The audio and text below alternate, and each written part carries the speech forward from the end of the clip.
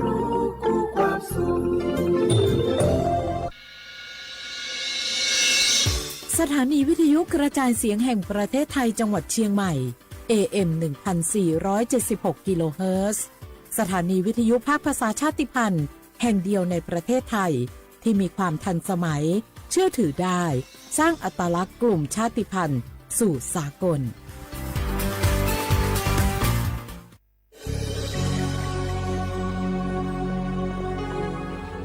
เกิดเป็นคนไทยเติบโตบนผืนแผ่นดินไทยจงภูมิใจในความเป็นไทยชาติไทยเรานั้นนับเป็นชาติที่มีความเป็นมาเก่าแก่ยาวนานเรามีภาษาวัฒนธรรมและมีสิ่งต่างๆที่เป็นเอกลักษณ์ให้เราได้ภาคภูมิใจในความเป็นคนไทยเราควรเห็นคุณค่าและมีความรักชาติหวงแหนแผ่นดินอันเป็นมรดกของบรรพชน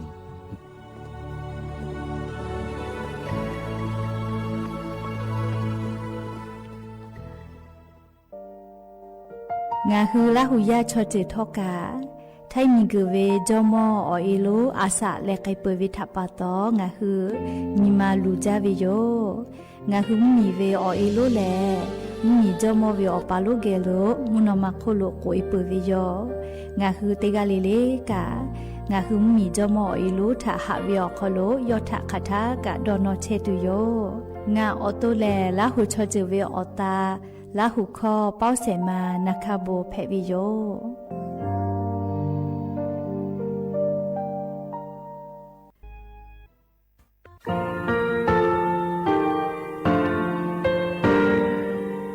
งาคือมีติปิเพกาวิเชแลงาคือติกาติชูแลติเลเพกาวิมาเฮยาค่างาคือชอยาออโตโคโลกาติเชเวอโคคาติผาคาชูโยอาชุโยเวโยกาคาเดติเลอติเกกาพุติลาวิทัปปะตองาคือชอยาอาสติกาวิโยงาคือออตุโคโลออคืออคากาติเชเวเวอีเวมาโกติยาลิเลทอกาอายิเวคาชเวเพวิโยอลากวงาคือออตุโคโลออคืออคากาติยายามาเตียลาวิโลโกงาคือชอยาทอกาอาสติมากาวิคาชูงาคือมีติปิเพกาวิเจแลงาคือติมูติสึติเพเลอติกาเลเลอาชุโยเวอเวปุตาเวกันติภาคาเสติเกคาเดกากาติเชวิทัปปะตองาคือมีติปิชคิเพลากาวิโยเชแลงาคือเทโจมโครคางาคือมียาถาตอกคปิลาตาเวปุลาเวติจะเสนีเสหปามัชหปานี้งาติจะออกขอทามัววิทยาลัยวิชาการศึกษาประสานมิตรโกเวออคโลจากเกรธาไทโจมคุโฮคางาคือมียาถาปิยาลาตาวิตอกคติพายโย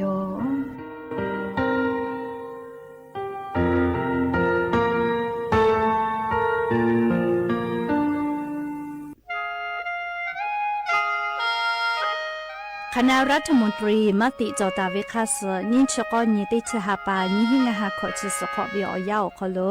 มติจอเลจีชิตาเวคาสงาคือมียาบาติเวพ่อปะฮะจอเชเวงาคือไทมีกอขอเชอวิชอติพาทาบาติปีแต่ก็แลจีชิตาเวคาส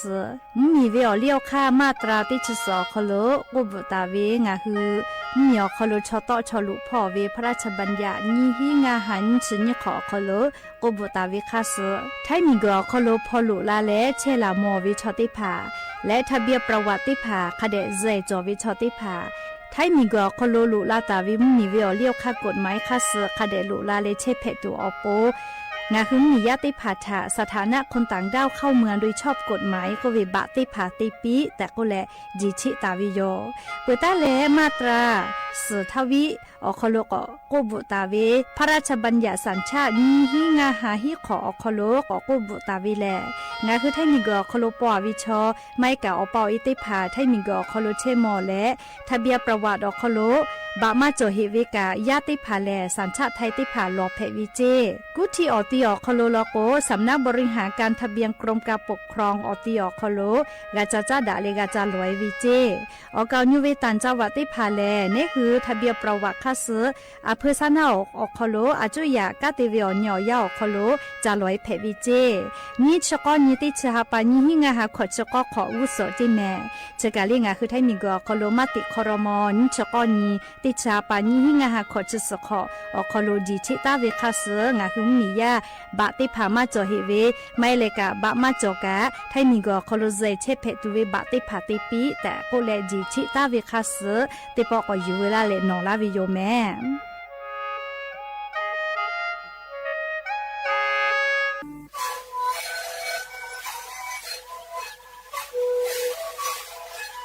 这里可能会在这边我靠起来，那不靠到过我地在外地呢，那吧，这些我还是去靠去了去，这你的人老高跑，我家在这边哪里，回来在去哪里，人可别我家去哪里去打来，靠哪里插靠着，这你的人那不靠靠这边，人那不靠靠这什么，那靠不没得做。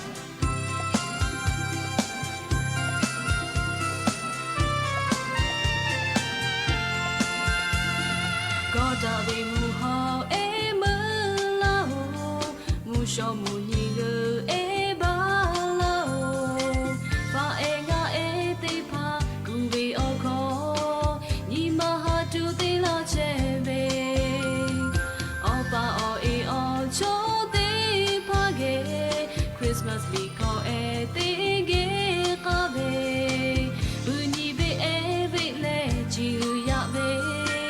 December hapa gaulo te chi ko gala ho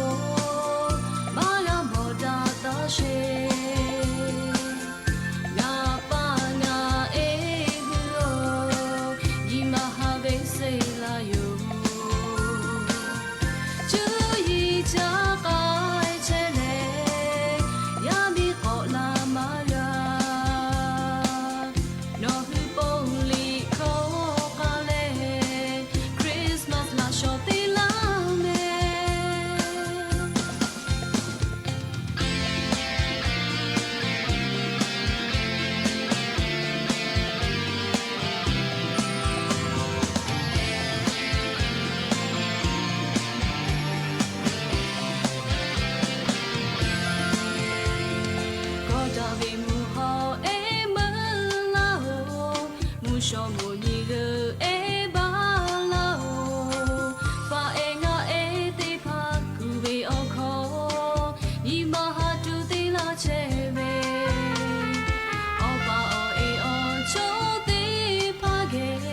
Christmas liko e te ge qabe uni be every leji ya be December hapa gaulo te chi ko gala ma ya moda ta she na pa na e hu ni ma ha be say la yo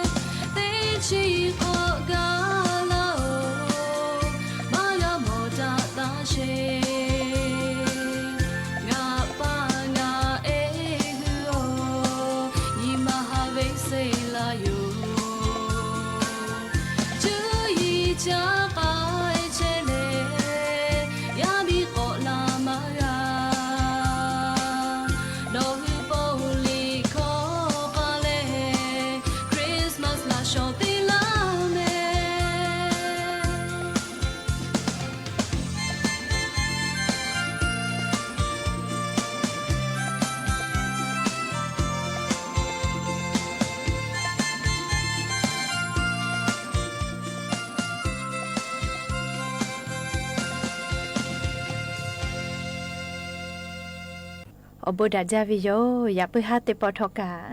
ดาจาวิโยเนียยาเชอคลงาคือติปอกกะมีลาแล้วฉป้าอุปลุเชตาวิงาคืออวิโยเนียราหุยาติภาเกอติแกไรกาอบุดาเจ้าคลอคอกะกอกะดะกิเชวิทัปตออลอเปติกาลิลิทาตาอุยอยาวิโอคลละเซจาเลหอไรกาอบุดาจาก็วิโอคลหะอยู่ลาวิโยแมหากวิววิวเนี่ยละหุยาขับพ่อเชพ่อรู้เชตาวีขักให้เพชเชลีนาเด็กเลเลกาจ้าแม่ดอแม่ซแม่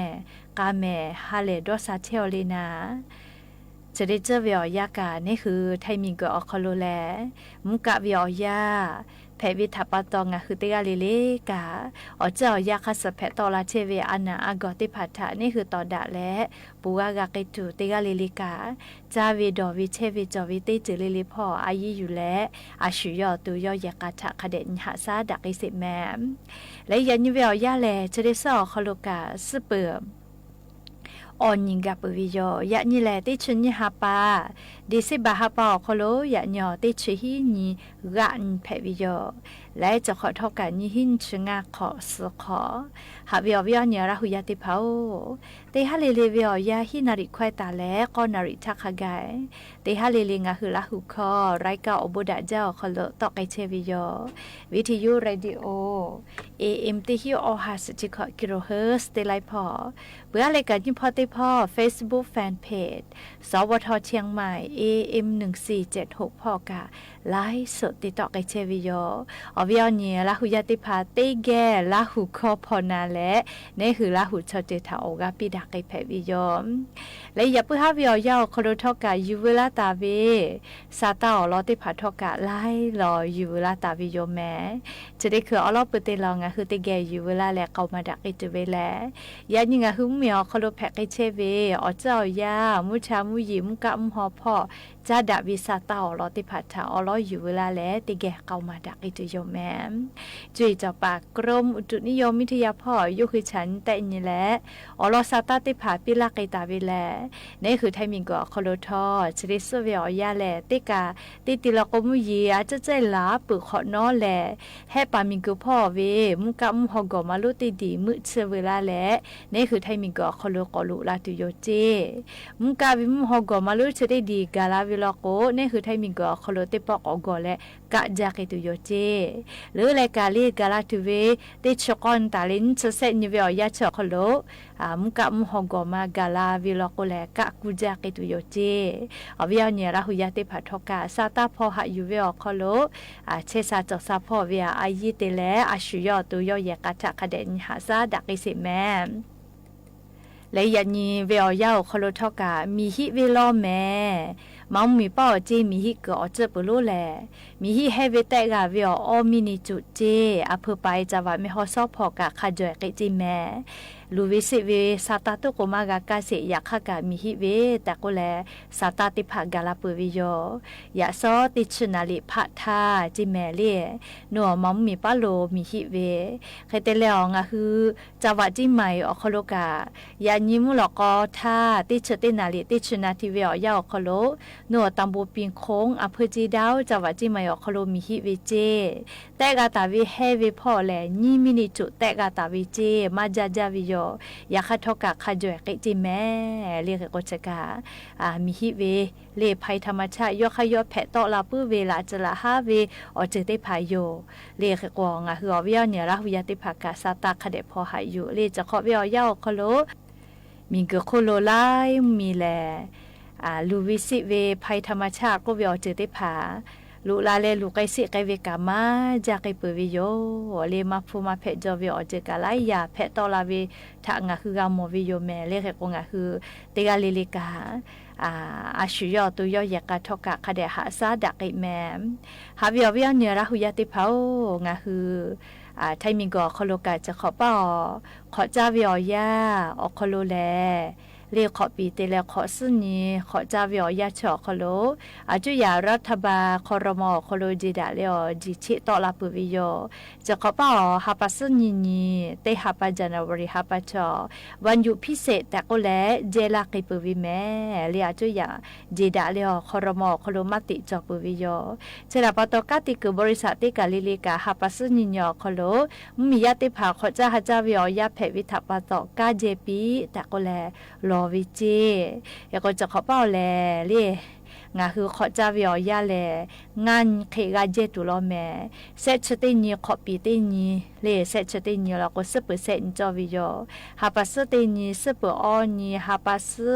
นี10%งานนีเกลอลิขอนี10นีขะไกนะเลฮาปัสออนีขะไกงาคือเจาแลฮาปัสงานนีแล้วก็แลกากะกอตะเตเกอแม่เรียกก็งาคืออาจุยาซานาอคโลกาจาจาไดดอลกอนาลิขอมาปุหิทาฮาจาจาไดลิเซชตินีติชนีฮาปาตาแลฮาปัสออนีติชฮาปัสออนีติฮาปาจานาวริฮาปะขะไกอาจุยาราชกาซานาติภามาพอแม่เรียกขะปุยกะหุวิโยเรียอาจุยาราชกากาเจวิอเนียวยาเพวิโยยก็จะขอเป้ากาลิงะคือหมอทอกาเยเชเวมุขอแดนะมะเครือกะคะเดปะแม่เลกะอยากอคุลุชุแตตุโยเจแตนี่แล้วหรือไกแลเลโนคือนะมะเครือมาปาเวลกว่าอายิเตตุโยเจเมื่อกับเมื่อเลทอกอกับเพคือเพวิเจเลขแต่แล้วขอจ้าฮะจ้าวิอยากาลาปานิโอวิทัปตอสำนักงานขนส่งอคโลและลิงะหึมมีพ่อกับป้อดาวิอคโลงะหึมมียะเยเชเวหมอทอกาติผาเชนปีวิเจเลขก็ครบกระจบป้อวิสัยติผาลิแม่บุเนี่ยเวียเรียกขับขี่ปลอดภัยก็เวลีลิแม่บุเนี่ยเวใส่ติเผาคอลูนหมอทอกาติผาจะเช่นเพวิโยเยเชเวจักคือจักใครจะได้ผากาอายุจ้าแม่เรียมาเตเลียก็กว่านี่คืออยากก็ฮักกะเกเชเวียาวคอลูจาลุยวิทยาธาเลเนหัวตุกาลูวิสิเวียจะได้ผากับฟูลาวิโยเลชราปตองคือราหุยาติกาลิเลกะหมอทอกาติผากาคาเดเชนแม่และลิชริจเวียาวคโลกายายอนิกาโกกาลาปานิโยจะขอเวียาวคโลนายรัฐมนตรีในอนุทินชาญวีรกุลเลยอนายรัฐมนตรีเวียอายาถาหาซาตาวิโยเรียกว่าอสเมมากาคือเฮวิทัปตอนายรัฐมนตรีโยกาติตาเฮวิโยงาคือไทมิกอคโลแลยายอญอคโลแลนายรัฐมนตรีแพวิติกาแลยายติพัทธตจะขอกับปีวิโยยกอนเนขอนี้หิงาหาขอชกขอเตฮาปาจานาวริฮาปาอคโลลินสติสปุขอนทายายอนี้แต่ก็แลแต่ตาวิโยลิงะคือไทมิกอคโลกายกยายอนี้อคโลนายรัฐมนตรีต่อจากคอปิกาลาตาวิแลรักชาติไทยใส่ใจโลกโกวิเจเรียไทยมีทาหาวินิมาจอปีเจมีเกิดชดิสอคโลอันนี้หาซาเลอายีอยู่ปื้อเวนิมาจอปีแต่ก็แลนายรัฐมนตรีในอนุทินชาญวีรกุลย้ายอ่อนหยอกคโลเลียย้ายติพัทธะต่อเจข้อปิลาตาวิโยแมมเฮกว่าวิอเนี่ยละหุยาติพัทธกาเลียจะข้อวิอยาวคโลแลนิเวตยาธาไล่เก่าคโลกับป้อยจอวิโยเลียไล่กาโดวิโอป้อยมาโจโดเวเลียมีจอมโคคามาลู่อเอนะเรียสมเด็จพระพันปีหลวงอาสาและไกเปิดวิทัปตอมาจดวิจอแม่ลิย้ายอนิกาเตไกตุโยลินสเตสปุขอนิติหาปาจานาวริหาเปาคโลโยแม่เรียกกงาคือลาหุยาติภากายาปยามิทากาอายิคเดเตปีเลยานิเวยาเอเลตินิลกชมงาคือเมียคโลกาเตปาหัวนาเพไกตุโยเรียงาคือขัดทักคโลกานี่คือตีเตวิมาหิแม่เรียลอกวอายาก็ไปชอลี่ว่ากูกะก็แกะแต่เวทีไงกับผู้ใส่มาเพแม่เรียกว่าอายาหูนากะติทักกันนี่มาดะเล่เรียอายากะทักกันลิชวตาฟอแม่เรียอายาเปื่อละก็ชุดชอติกะกะมาสอละแม่เรียจะกะอย่าเพื่อหาเวียวยาวคโลยูเวลาตาวิสาตาติภาเพวิโยม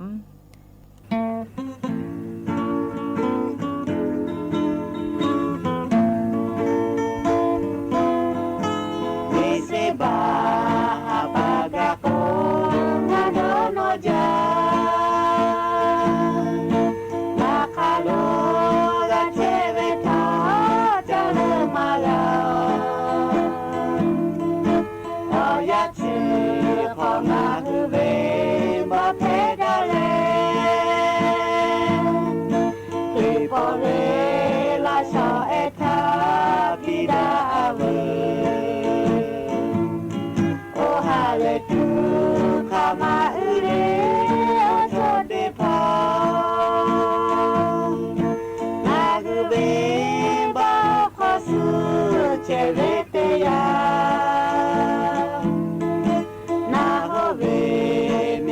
choya ve ba putu dukaha go ke kholo pola ve yo ka ve oya chi ha le du ja chomoya en ka we ha le chi oya chi khoma ku ve ba ke da le ke po ve la so eta pida avu o hale tu kama ule o so te po na ku ve ba ko su che ve te ya na ho ve mi ku choya ve ba po tu dukaha wa ku khalo pola ve yo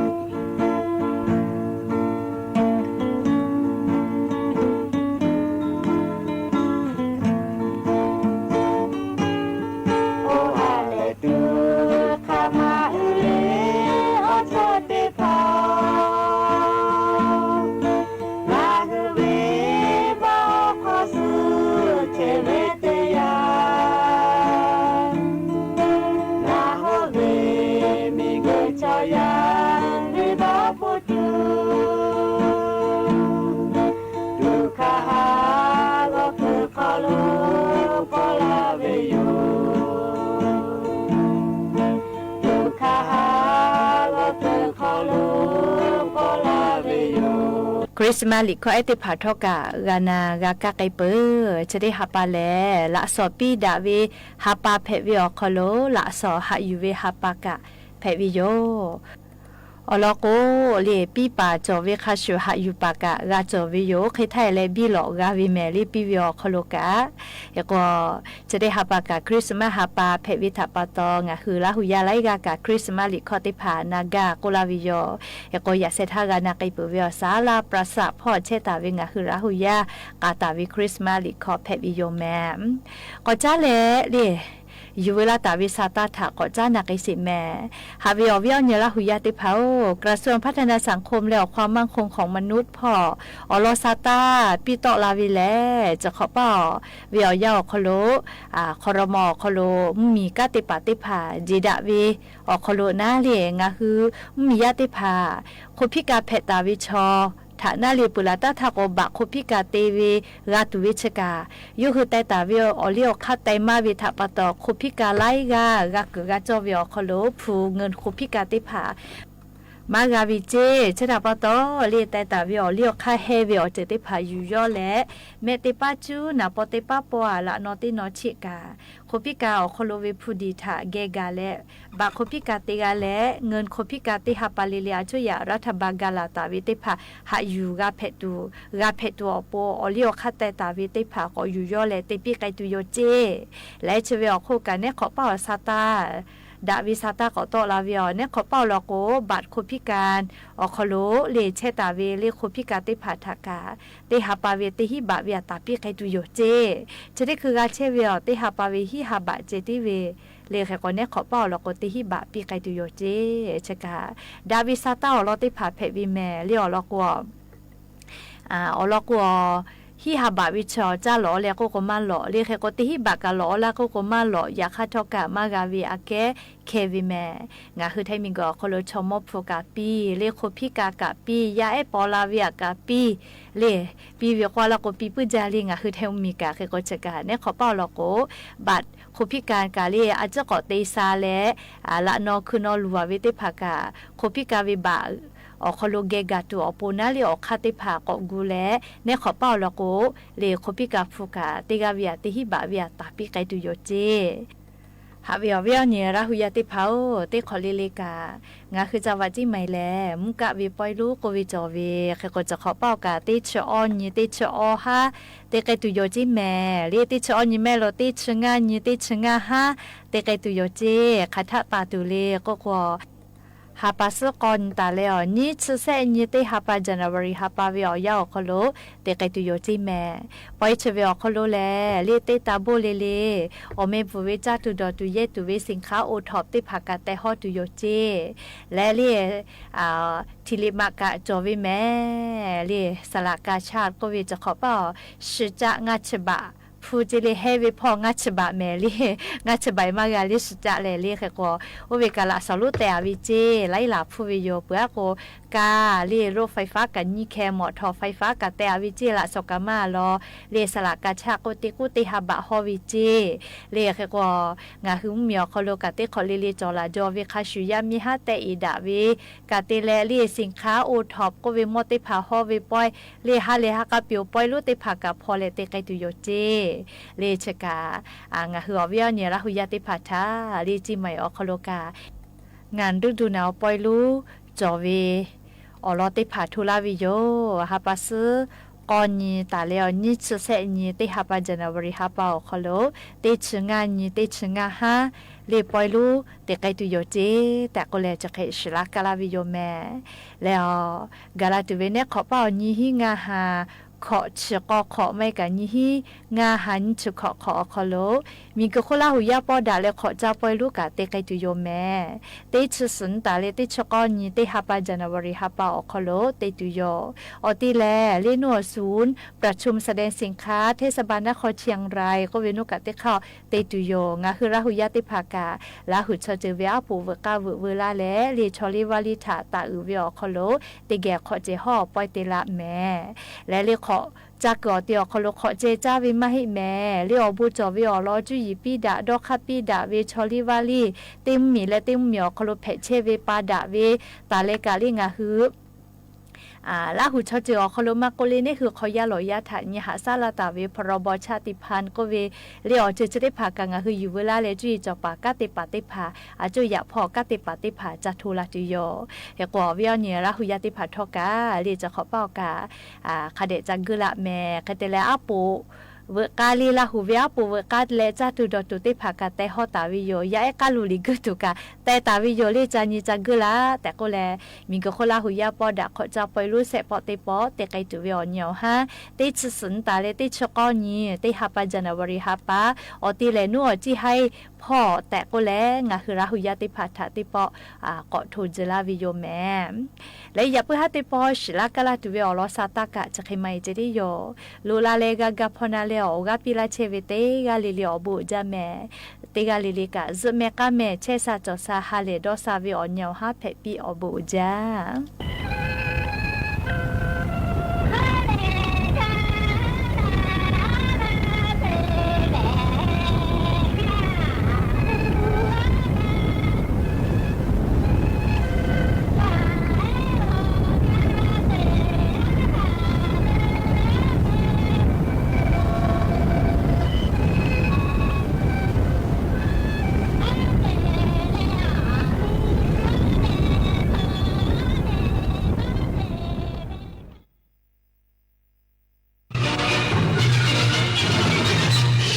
สถานีวิทยุกระจายเสียงแห่งประเทศไทยและเครือข่ายทั่วประเทศเสนอข่าวต้นชั่วโมง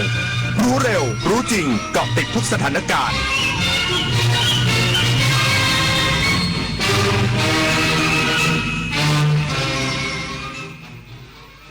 รับฟังข่าวต้นชั่วโมง 21 นาฬิกากับพินโยรุ่งสมัยกองทัพบกย้ำการดำเนินการต่างๆของไทยเป็นไปตามเป้าหมายและลุล่วงเกือบทั้งหมดแล้วอีกสักครู่กลับมาติดตามรายละเอียดครับ ร่วมงานกาชาติ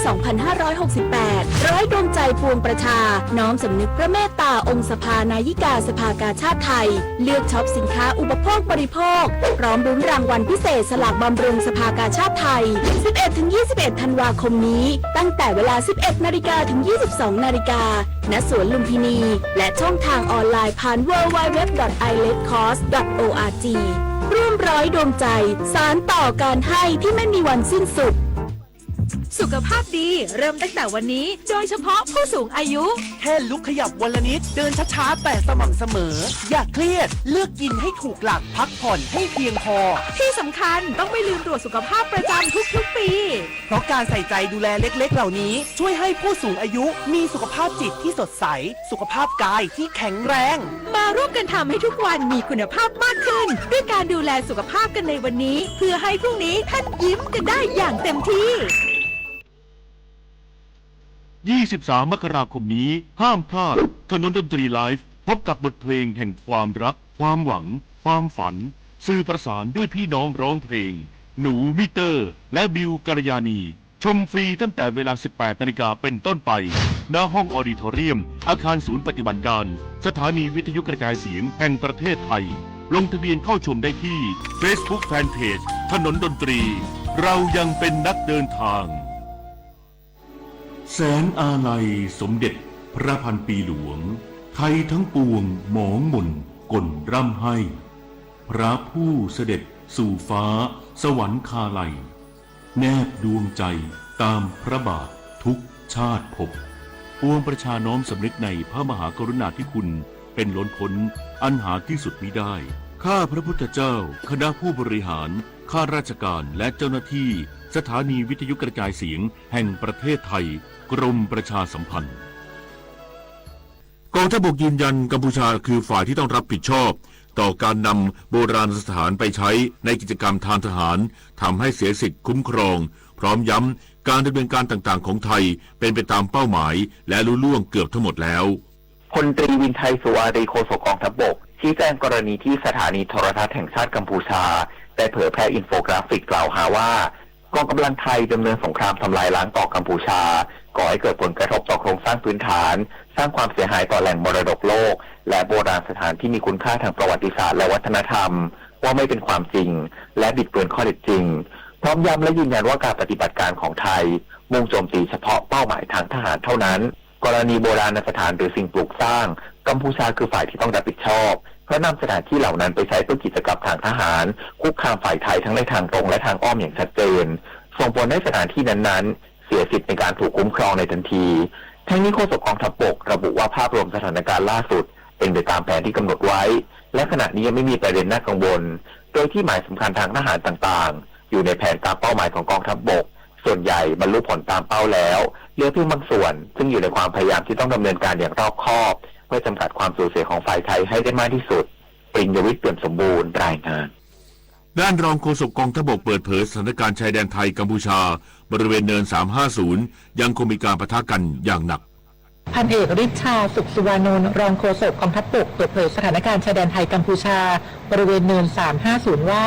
ยังคงมีการปะทะกันอย่างหนักทั้งนี้หน่วยหน้าแนวยังมีความพยายามในการนำร่างของทหารที่เสียชีวิตออกจากพื้นที่ดังกล่าวโดยกัมพูชายังคงมีการโจมตีเข้ามาในหลายพื้นที่โดยเฉพาะพื้นที่สำคัญเช่นบริเวณเนิน350รวมทั้งพื้นที่อื่นๆและพื้นที่กองกำลังบูรพายังคงมีการพยายามช่วงชิงพื้นที่ทั้งสองฝ่ายโดยไทยพยายามจะผลักดันและเข้าควบคุมพื้นที่พร้อมยับยั้งการโจมตีของกัมพูชาทั้งนี้มีการสนับสนุนกำลังทางอากาศอย่างใกล้ชิดเพื่อร่วมกันปกป้องอธิปไตยและความปลอดภัยของประชาชนธนพร ปารุณฤทธิ์รายงานจังหวัดมุกดาหารตรวจเข้มการขนส่งน้ำมันเชื้อเพลิงผ่านสะพานมิตรภาพไทยลาวแห่งที่2มุกดาหารสวรรณเขตจากกรณีการควบคุมการส่งออกน้ำมันเชื้อเพลิงและยุทธภัณฑ์จุดผ่านแดนถาวรช่องเม็กจังหวัดอุบลราชธานีทำให้ไม่สามารถส่งออกน้ำมันเชื้อเพลิงไปยังสปป.ลาวได้ในขณะนี้ซึ่งทำให้หลายฝ่ายคาดว่าผู้ประกอบการน้ำมันเปลี่ยนเส้นทางมาใช้ด่านผ่านแดนที่จังหวัดมุกดาหารแทนนั้นนางกนกวรรณสุขสิรินายด่านศุลกากรมุกดาหารกล่าวว่าการส่งออกน้ำมันเชื้อเพลิงผ่านด่านศุลกากรมุกดาหารยังคงเป็นไปตามขั้นตอนปกติโดยในช่วงนี้มีปริมาณรถขนส่งเพิ่มขึ้นผู้ประกอบการจึงย้ายการส่งออกมายังด่านศุลกากรมุกดาหาร ซึ่งน้ำมันดังกล่าวได้ออกจากคลังและผ่านการอนุญาตจากกรมสรรพสามิตแล้วภาพรวมตัวเลขการส่งออกผ่านด่านมุกดาหารและด่านช่องเม็กรวมกันยังถือว่าอยู่ในเกณฑ์ปกติด้านสำนักงานสรรพสามิตพื้นที่มุกดาหารได้ดำเนินการตรวจสอบการขนส่งน้ำมันอย่างเข้มงวดโดยกำหนดให้รถขนส่งเดินทางไปกลับปลายทางแขวงสวรรณเขตสปป.ลาวภายในระยะเวลา1วันปริมาณรถขนส่งน้ำมันในวันปกติอยู่ที่ประมาณ20คันต่อวันซึ่งสถานการณ์ดังกล่าวยังถือว่าอยู่ในภาวะปกติคทาเทพอริทุกัน สวท มุกดาหารรายงานจบข่าวพิญญรุ่งสมัยอ่านรับฟังข่าวครั้งต่อไปเวลา 22:00 น.ติดตามข่าวที่นำเสนอไปแล้วได้ที่ www.thainews.prd.go.th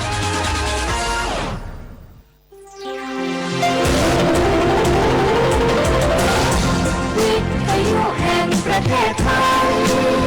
ให้ความรู้กู้ความสุข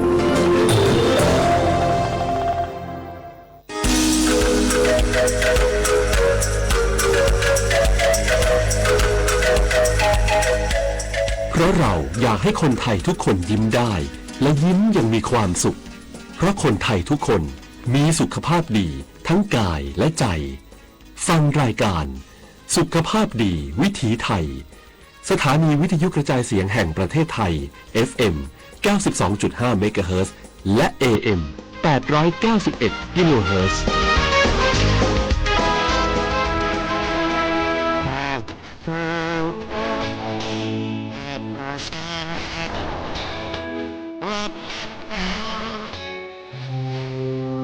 ธรรมชาติเนี่ยสร้างเราขึ้นมาธรรมชาติก็สร้างสิ่งที่ดูแลเราสิ่งที่ดูแลเราตอนที่เราเจ็บป่วยวิทยุแห่งประเทศไทย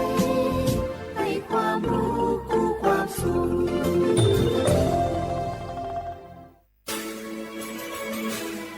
สถานีวิทยุกระจายเสียงแห่งประเทศไทยจังหวัดเชียงใหม่ AM 1476 กิโลเฮิรตซ์สถานีวิทยุภาคภาษาชาติพันธุ์แห่งเดียวในประเทศไทยที่มีความทันสมัยเชื่อถือได้สร้างอัตลักษณ์กลุ่มชาติพันธุ์สู่สากล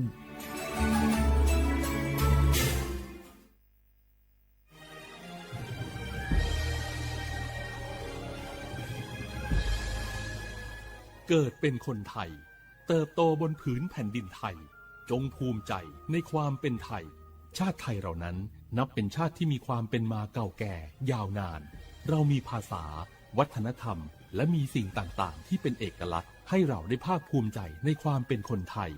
เราควรเห็นคุณค่าและมีความรักชาติหวงแหนแผ่นดินอันเป็นมรดกของบรรพชนร่วมภาคภูมิใจในความเป็นไทย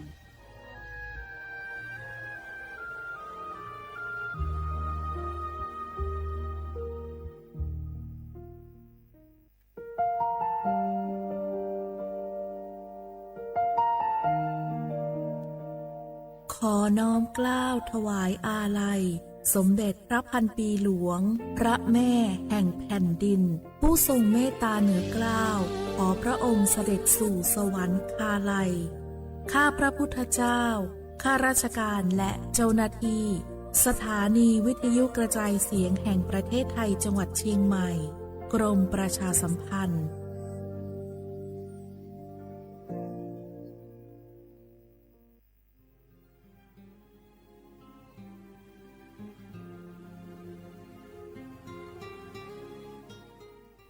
This is a moment of profound grief for the Kingdom of Thailand. We, the collective voices of Radio Thailand Chiang Mai, join the Thai nation in mourning the passing of our beloved Queen Martha, Her Majesty Queen Sirikit. Her life was a testament to the unwavering service, grace, and deep love for the Thai people. Our humble condolences and thoughts are with His Majesty the King, the royal family, and all the Thai people during this deeply sorrowful time. We will remember her forever.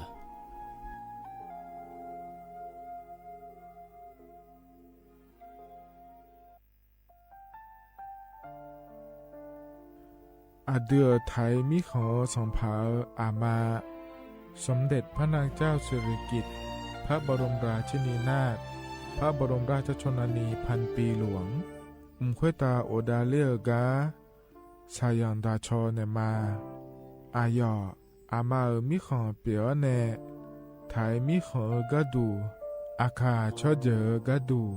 เงเกเนลาหมายแอจิชนีถามิเนนือมาละควมาเงเลชญาเธอมิเนอาดิมาโยหานาลูอายองเนเกเนโยเยบอเนมาอีนอายอมาโดอาดูเนโกเอียเนควยตาโอดาเลมิเนนือมาหน่วยสาวเนวอจอจอยเรญาอาดิมาโยหานาลูอายองนือมาละควโยจอนาลูเนเกเนโยเยบอชอเนมางามาอาเขาชอเจอโยกานาลู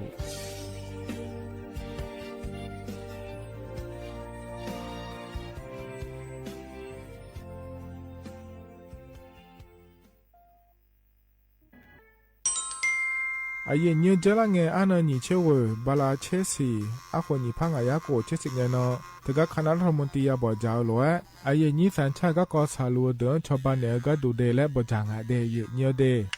เธอก็ย่อมมาตรา17แห่งพระราชบัญญัติคนเข้าเมืองพศ2522และขั้วเธอก็เธอแน่อาเยนิเธอก็ถ่ายมิขอละควยพ่ออ้อเหลียวว่าเมียนี่จอลาเดอเพราะแน่รอทะเบียนประวัติและขั้วเธอย่อฉาเจียเดินนะขอเนียเยเนียวเธอก็ย่อหาก็ดูการขอสถานะคนต่างด้าวเข้าเมืองโดยชอบด้วยกฎหมายและขั้วเธอเดินยาเมเจเดเยเนียวเดเพราะแน่เยเนียวมาตรา7ทวิแห่งพระราชบัญญัติสัญชาติพศ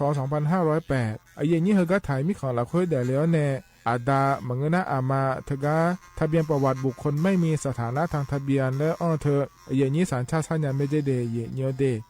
ใช่ก็ดูนะขอในกูเทเมืองละควยย่อนะเธอกาสำนักบริหารการทะเบียนกรมการปกครองและคุกาสัญญาเมเดยมือยอละควยนะเยเนียวเธอกาในอำเภอโยฮันเนโจดัวรอราชการอายามละควยอานานีเชวบาลาโกซีอาคนนีพังอายาโกเชวขวงเกนีเดเยเนียว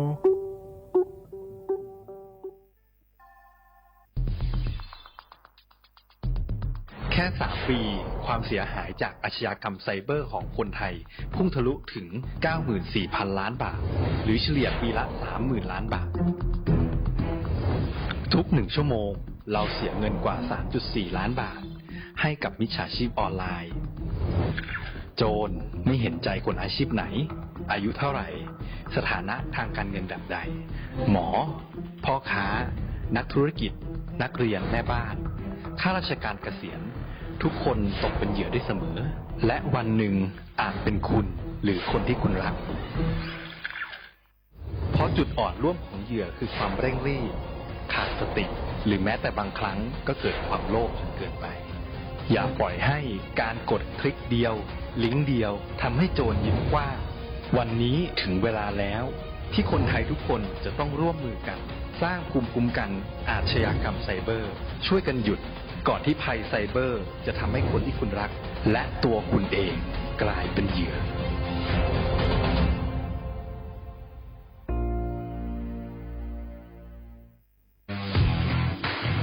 รัฐบาลไทยประกาศสงครามสแกมเมอร์รัฐบาลจึงได้ประกาศสงครามกับสแกมเมอร์ในฐานะที่สแกมเมอร์เป็นวาระแห่งชาติและในวันนี้ผมก็ได้ใช้โอกาสนี้มารายงานความคืบหน้าและเน้นย้ำถึงสิ่งที่เราต้องร่วมกันทำต่อไปรัฐบาลได้จัดตั้งคณะกรรมการอำนวยการป้องกันและปราบปรามอาชญากรรมทางเทคโนโลยีขึ้นมาโดยมีผมเป็นประธานด้วยตนเองเพื่อให้ทุกหน่วยงานทำงานไปในทิศทางเดียวกันเราได้มีการลงนามบันทึกความเข้าใจระหว่าง15หน่วยงานหลักทั้งภาครัฐและภาคเอกชนตลอดจนสถาบันการเงินเพื่ออุดช่องโหว่ทางการเงินและตัดเส้นทางเงินของกระบวนการอาชญากรรมเหล่านี้ให้สิ้นซาก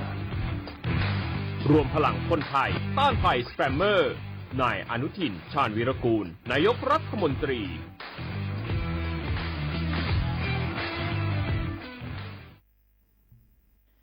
กากติ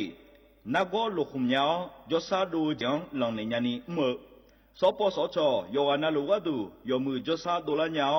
นักโกลุคุมยาวอุตาจศาดูจังหลังในยานีลัวแม่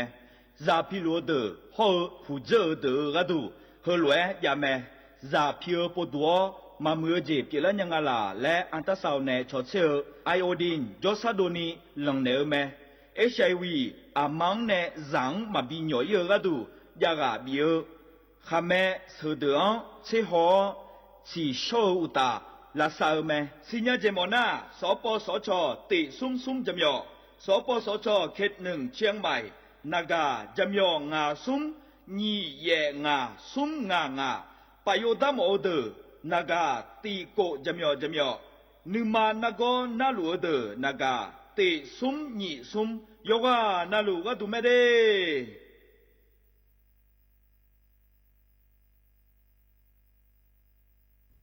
Kha cha men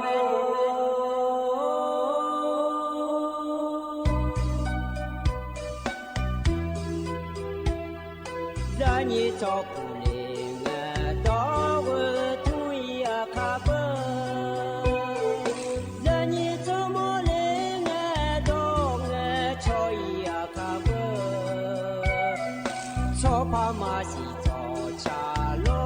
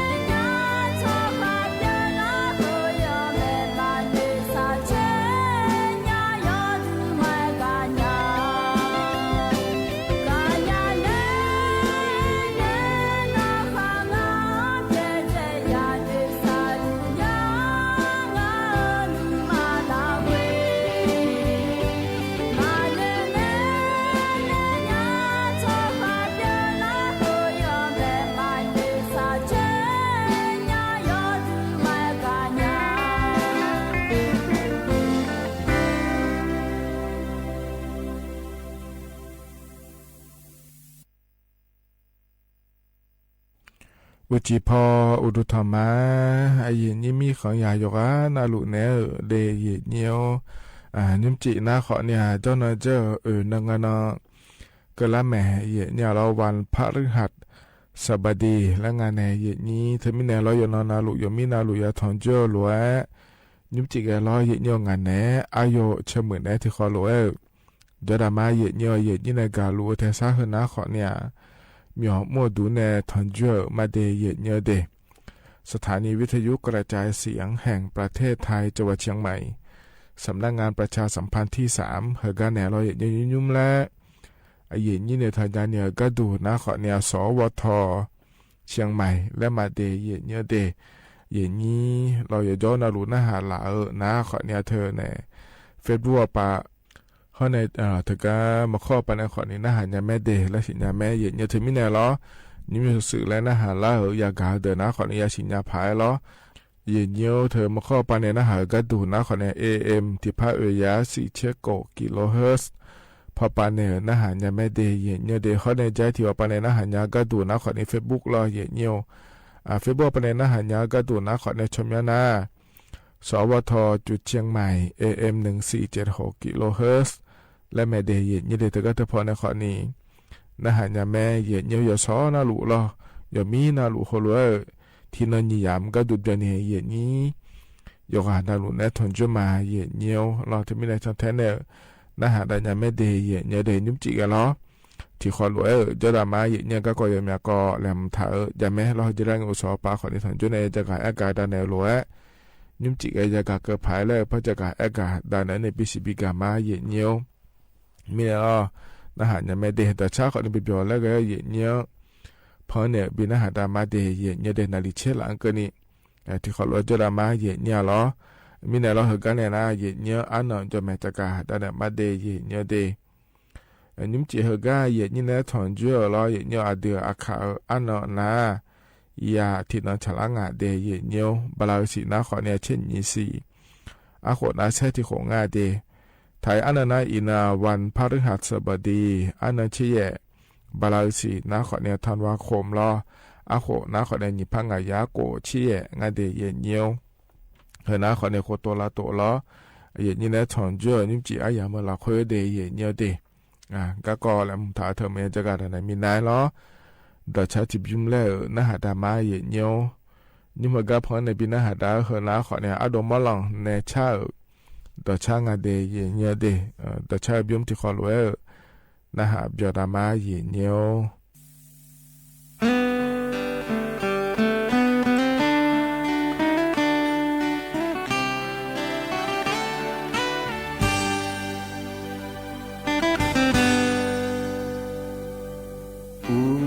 จีอยู่ก็มาอยู่กาเลญาอาโดนึมาโนเตนึ Jawi mamnya Udo silang madanya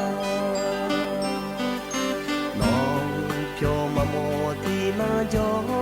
china A cho ji yo dagadu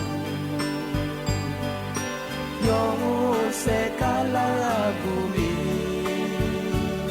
Toke ma chala sanya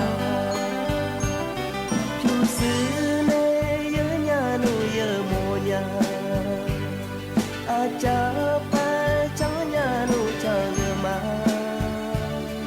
aye nu chaga soma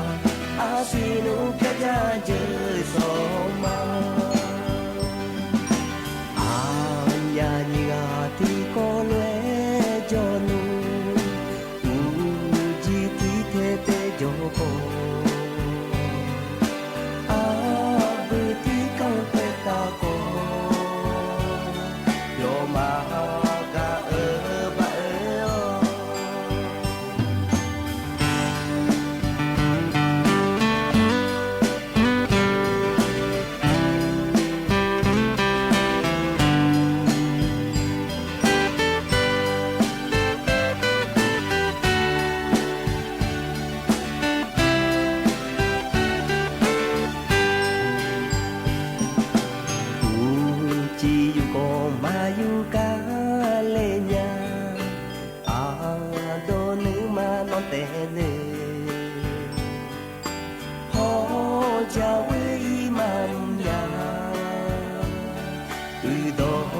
စီလုံးမတော်ညာ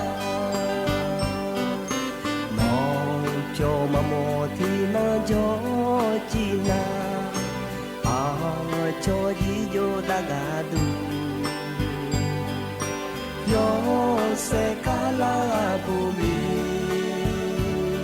တော့ဖေမချလာစာညာကျူစနေရညာလို့ရမို့ညာအကြပါချညာလို့ချောင်းကမအာရဲ့လို့ချတဲ့ဆောမအာစီလို့ပြပြကျဆောမအာညာညီအတီကိုလွဲကြော်လို့ဦးကြီးတီတဲ့တဲ့ကြောကိုအာဘူတီကောင်းတဲ့တာကိုယောမာက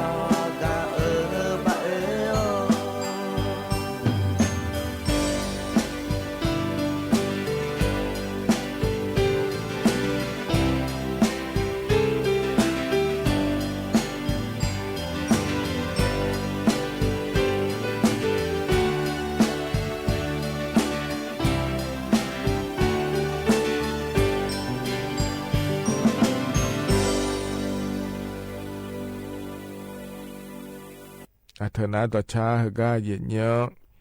พอเนี่ยบินาหาดาวเราอดมอลในชาต่อชางาเดเย็นเยอะเดโยหานาลวงพอในบินาหาดาวกันนะฮะเปียวตัวเราเย็นเยอะก็จนเราปาลาในนะฮะล่าเย็นนี้โยหานารู้ดูธรรมะเรามาข้อปนในนะฮะมาเฟซบุ๊กปนในนะฮะมาเรายิ้มจิกเราอย่างนอนรู้ยาถอนโจ้รู้งานแน่อายุเชื่อมือเนที่ขอรู้จะดามาเดเย็นเยอะเดถึงมีนะกันเนี่ยนะก็ก่อแหลมถ้าจะกะแต่มาเดย์เนียเดย์ก็ตอนแบก็ก่อนนะเราเนียอยู่ชัดเชี่ยวพอปานเนี่ยจะกะกะเนียอยู่ชัดเชี่ยวปะก็ดูนะถ่ายพอปานะเบอร์กรมอุตุนิยมวิทยาและคงอาเทเนียเดย์แต่ก็จะพอในจะกะกะนะเดือไทยมีขอเนี่ยเราตาพอปาเนียอินเนาะอันนั้นเชี่ยเราเนียอินเนาะก็เนี่ยอุยที่กันนะเยยังเดย์แล้วงาเทเนียหรอเมียนี่นะขอเนี่ยถ่ายมีคนได้ตาปาเจรอเธอเนี่ยจะเมื่อเจมาเมื่อปะแล้วงานในนี้วิเยอะก็ดูนะขอเนี่ยเชื่อในนี้เชื่อยุ่งกันนี่ละแล้วเดี๋ยวยังเดแล้วตัวจากการกะงาเยี่ยวเดี๋ยวจะเจ้าปะก็ดูรอเยี่ยวก็จะก็ดูตาปะนะโกองศาเนี่ยเช่น2 องศาก็นี่ละแล้วเดี๋ยวยังเจรอหน้ามือเราค่อยนะเบอร์เช็คโกองศาในนี้เช่น2 องศาเราเฮก็เฮน่ะเนี่ยยังเจเนี่ยเฮอีเนาะก็นี่เดย์เนี่ยเดน่าอาคารนึงสอนในระดับปะร้อยเนี่ยอันนั้นเชื่อว่าในหุบอันนั้นนี่เชื่อสมเนี่ยนั่นก็นี่เดย์เนี่ยยเจคาเลียเจเนี่ยเราเจคาเลียก็ดูนะขอเนี่ยเธอเนี่ย2 องศาในองศาก็นี่ละแล้วพระเจคาเลียยังงั้นสิเจเดย์เนี่ยเดเธออาคารนึงสอนเนี่ยแล้วงานเธอเนี่ยเราเธอมีเนี่ยเราเนี่ยก็จะก็ดูน้ำตาปะเราเลยนี่ยเจอีสันนี่เจงานเจเดย์เนี่ยเดอีสันนี่เจเลยเธอนะขอเนี่ยซุ่มองศาเนี่ยเชื่อองศาก็นี่ละแล้วยังเจเดย์เนี่ยเดเฮก็เมื่อเราคุยขอเนี่ยเราเนี่ยเจก็ดูนะเชื่อซุ่มองศาเนี่ยนี่เชื่อองศาก็นี่ละแล้วยังเจเดย์เนี่ยเธอมีเนี่ยเราเนี่ยอาคารนึงสอนเนี่ยเราตาปะอันนั้นนี่เชื่อซุ่มก็นี่นะเจคาเลียวงาเดเลยจากการกะดันเนี่ยรู้ว่าเราให้บชมอพิชมอยานักก็ยาวเดือหัวอาชนะมาเชย้อนเจพาอย่างงาเดยเนี่ยเดเธอเนี่ยอยู่ลุ่มแล้วเราจ่อเราเดยเนี่ยเธอเนี่ยเชื่อหุ่มมาขอเนี่ยถ้าเดจะทำอย่างไรเนี่ยเดยเนี่ยเดมีในย้อนนะรู้ว่าเราย้อนเนี่ยพาแล้วจากการกะดันเนี่ยในบิสิบิกาเลยเนี่ยหัวหน้าขอเนี่ยอาดังเบลก็ก่อลอยเนียวอันนั้นใจที่ก่อก็ดูนะขอนี่ทก็เนียวสำนักงานประกันสังคมพอปานเนี่ยเนี่ยจะกะดันเลยเนี่ยล้ออินุมนะเดียเนี่ยเดที่หัวที่โปเราอยู่หาเมื่อตัวเราสาวดูผ้าเราเลยนี่ประกันสังคมจะถ่ายเดินนะที่หัวที่โปเราเธอก็หัวยาเธอพันยาเธอเนี่ยล้อเธอมีเนี่ยเราเลยอย่างนี้ที่เราก็ดูนะขอเนี่ยเธอเนี่ยอย่างนี้มาตรา33เพราะในมาตรา39แล้วคู่เธอจะถ่ายเดินนะ เจลังเงอันนั้นเช็คโกงอันนั้นเนี่ยบีพันก็บิจังดาญาลางาเดยเนียวเดนั่นถือว่าอันนั้นเช็คโกงอันนั้นเนี่ยบิจังดาลาอุบาอันนั้นสุ่มเชตีบาลาสุ่มเสียงก็เนี่ยอายามบีเนี่ยมาเจเยเนียวถือว่าอยู่หาหอยาลาสาวดูพาหมอนะและงาเยเนี่ยบัดทองนะวันนี้เนี่ยมาอยู่เยเนี่ยหรอเธอที่เหตุแต่ขอเนี่ยประกันสังคมเธอหนารอเยเนียวที่ของที่โปเหมือนกันมาพายายมิเนี่ยอายมาเนี่ยอายามหัวบินเนี่ยเธอล้วนพายายไม่ได้เยเนี่ยเดยนี้ประกันสังคมมาตรา33เขาเนี่ยมาตรา39และขั้วเธอย้อนเธอเดินหนารอเยเนียวแต่ก็อันนั้นเชื่อโกเจรังเงเนี่ยรออายาบินเนี่ยอันนั้นเชื่อว่าบาลาสิงก็ในบินเนี่ยล้วนรอชอบแข่งกันงานเธอเยเนี่ยรอแต่ก็อยู่ฮะเนี่ยอาก็หัวยาก็หัวพาเลแล้วล่ะเนี่ยแต่ก็สำนักงานประกันสังคมแล้วคูกาดอจ่าบิเลญาเมเจเนี่ยล่ะเฮ้ยนะแต่ก็สำนักงานประกันสังคมแล้วคูกาดอเพจจอเนี่ยก็อินเนี่ยจะอีหมอเดอเรียกงานเราเนี่ยอย่างนี้ไอ้คนเนี่ยมันเงินนะคนนี้ย่อออกแล้วล่ะเนี่ยยุ่งเบอร์แอปพลิเคชันแล้วขั้วมาเว็บไซต์แล้วขั้วทำยอมยาเนี่ยอย่างนี้ย่อแล้วบิดเนี่ยก็ดูแลยางง่ายอย่างเนี่ยงามาโดคนนี้ล่ะเนี่ยเธอเนี่ยแอปพลิเคชันและขั้วปานเนี่ยจะได้มาจะลังเงี้ยล้อเลยอย่างนี้แอปพลิเคชันว่าก็ดูนะขอเนี่ยอันนั้นนี่เช่บลาสิ่งในหุบอันนั้นบลาทีซีในอย่างของกันนี่เจอย่างเงี้ยถ้าก็จะพอในขอเนี่ยอ๋อเลยจะงานไม่เดแล้วงานเธออย่างเงี้ยถ้าก็เธอเนี่ยเว็บไซต์และขั้วป้าแอร์ล้อแอปพลิเคชันประกันสังคมป้าแอร์นะไลน์พอป้าเนี่ยมาเดอย่างเงี้ยเดเขาเนี่ยล้อแต่ก็แอปพลิเคชันทางรัฐและขั้วปานในขอเนี่ยเธอเนี่ยพา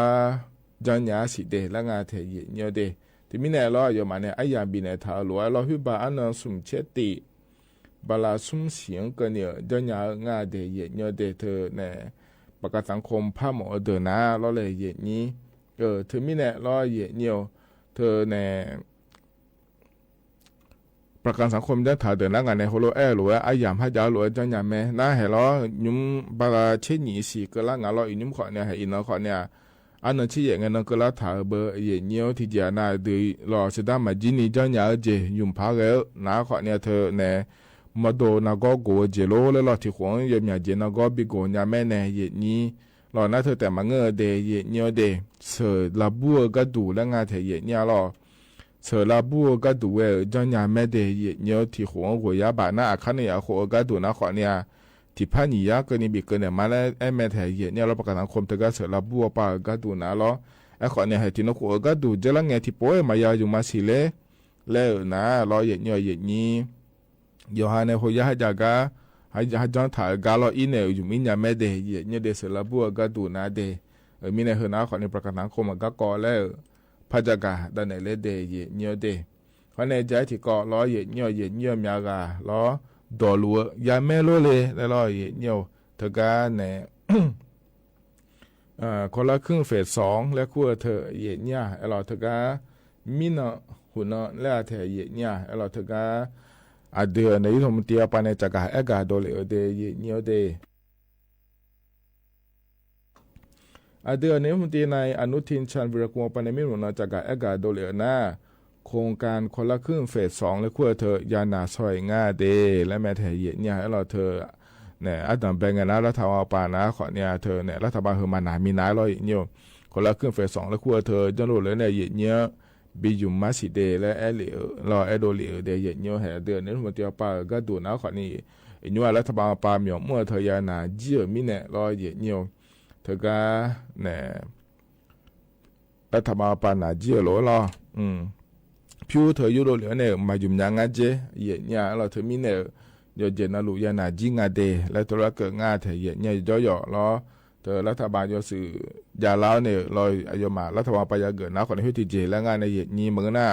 ส่วนมาขารัฐบาลยาเกิดคนเนี่ยเฮก็มันก็ต้องช่วยงานเลยแล้วมอเลี้ยเนี่ยเธออยู่เหมือนนะคนที่เจและงานเธอเนี่ยเราเธอมีเนี่ยเดเนี่ยเดก็ก่อนเราคุยเราหน้าหนูว่าเนี่ยมีอะไรต่อรัวเดินนะอย่าสิญญาภายล้อเธอเนี่ยไอ้ยุ่มรอหน้าสมัยเดและตัวจากการกาโดเหลืองาเดเนี่ยเธอนะขอเนี่ยเธอล้อรัฐบาลป่าเดือนนี้มุติปานเนี่ยเธอก็จะก่อนเราคุยจากการกาโดเหลือหลัวไอ้เนี่ยจากการกาด้านไหนในบิสิบิกาเลเดเนี่ย เฮกันหนาวเนี่ยต่อชาติบิมและพนักหาดามาเยี่ยเนียวเฮกาเนี่ยพอในบิดาหาดาเฮนาขวาเนี่ยอาดโชเนี่ยชาต่อช่างอาเดเยี่ยเนียเดที่ขอรู้นะฮะเบียดามาเยี่ยเนียว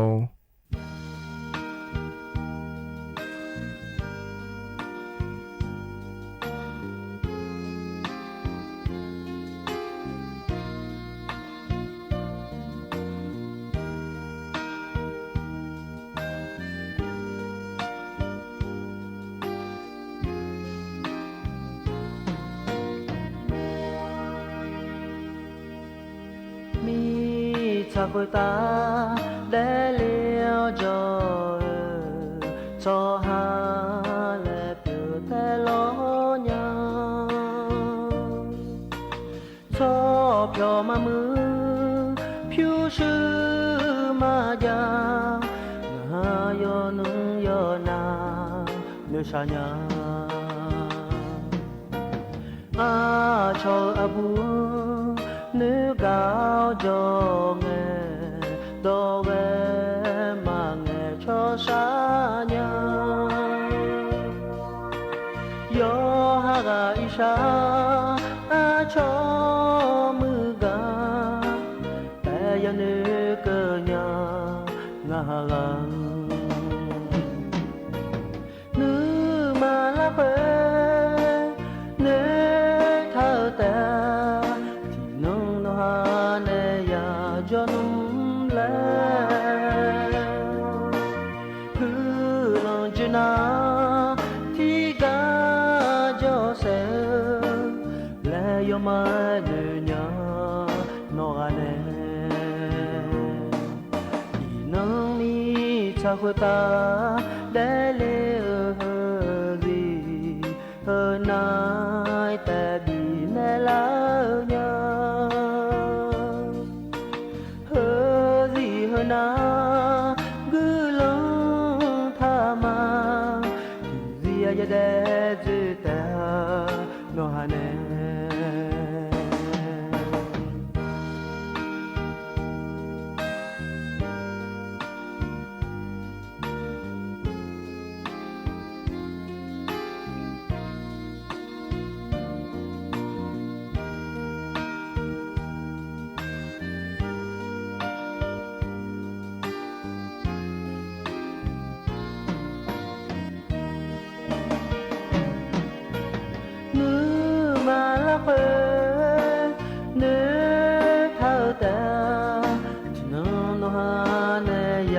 cho nung lệ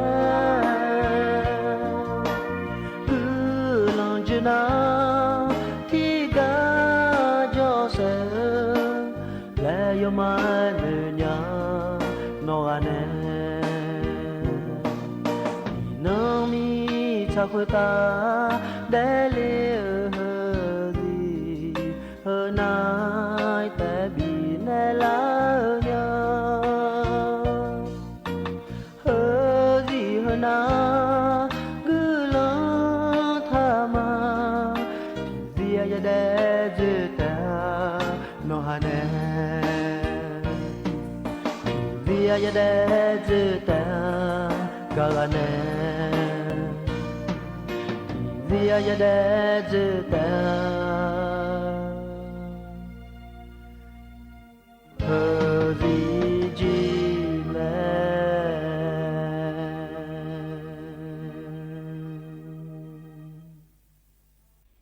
เธอนะขอนี้ต่อชาเราอโดโชเนชาอาหูบานเนต่อชาไม่เดเยเนเดอายอนาหลวงพ่อเนบินาหาดาเกยนะหาบยอตุลอยเนียวเฮก็จะเราปะล้างเนนะหาล่าเยนี่ยอนารูดูถอมาเดแต่ก็มาข้อปะเนนะหามาเฟซบุ๊กปะเนนะหามาแล้วเลยนี้งานเนอายอเชื่อมือเนทุกคนเลยจดามาเยเนียวเฮก็เนนะก็ก่อแหลมถ่ายพระจักรอากาดันมาเดเยเนียวเดก็กองทุนการออมแห่งชาติและขั้วก็จะกาดันไหนเนี่ยอย่างเนี่ยแล้วก็อชและขั้วเธออย่างเนี่ยก็อชและขั้วเธอนะขอนี้รอรัฐบาลเฮ้ยเมื่อคุณเนี่ยจอนโดนหลานเนี่ยอย่างนี้ผิวบิถาเนี่ยหมอเลยเงี้ยบิจมือก็ดูเดบลาชินเนี่ยเดแล้วจอนดาลางาแทอย่างเนี่ย เราหน้าเธอจังดาลาก็ดูนะขอเนี่ยเราเย็นเนียวเย็นนี้สตาร์บิถาก็ดูแต่มังเงอเย็นนี้ในสตาร์ถาลัวรัฐบาลเปล่าขอเนี่ยพับบีหลังเนี่ยเดเย็นเนียวเดที่หัวที่พังอาจจะแบบมาเจอินี่แล้วเรางามาเงี้ยนะเย็นเนียวเราเย็นนี้เราเนี่ยบาลอยู่สินารูดอนเนี่ยแม่เย็นเนี่ยน่าเย็นนี้เราบาลอยู่สินารูดอนเธอรัฐบาลพับบีหลังเนี่ยเราเย็นเนียวเธอชอบบาลหลังเนี่ยเย็นเนียวน่าแห่เย็นมาเจงเงี้ยนุ่มมาเย็นนี้ที่อันน่ะล้อเธอประกันตะโกพุ่งมาขอมาจาราชการความยอคนนี้มาแล้วเราเนียวสดาอายุน้อยอยู่อาจารย์นับปัญญาเนี่ยรู้ว่าเนียวบาลาติเสียงที่โปโคลวยบิดองอ่ะก่อนหัวอชอและขั้วปะรอเนียวน่าดองอ่ะนะขอเนี่ยให้นุ่มเย็นมาเจงเย็นนี้สมเชี่ยวโคลเชี่ยวโคแล้วเบียร์ล่าเธอล้อน่านี่เชี่ยวโคลสมเชี่ยวโคแล้วแหละบาลอยู่สินะรู้หัวดอเจียมฐานเนี่ยรอเนียวเธอก็อชอแล้วค่อยบิดยานะเดี๋ยวเนียวเดี๋ยวก็ชอเราค่อยบิดยานะขอเนี่ยให้โกเชี่ยวโคล่างเงี้ยนะ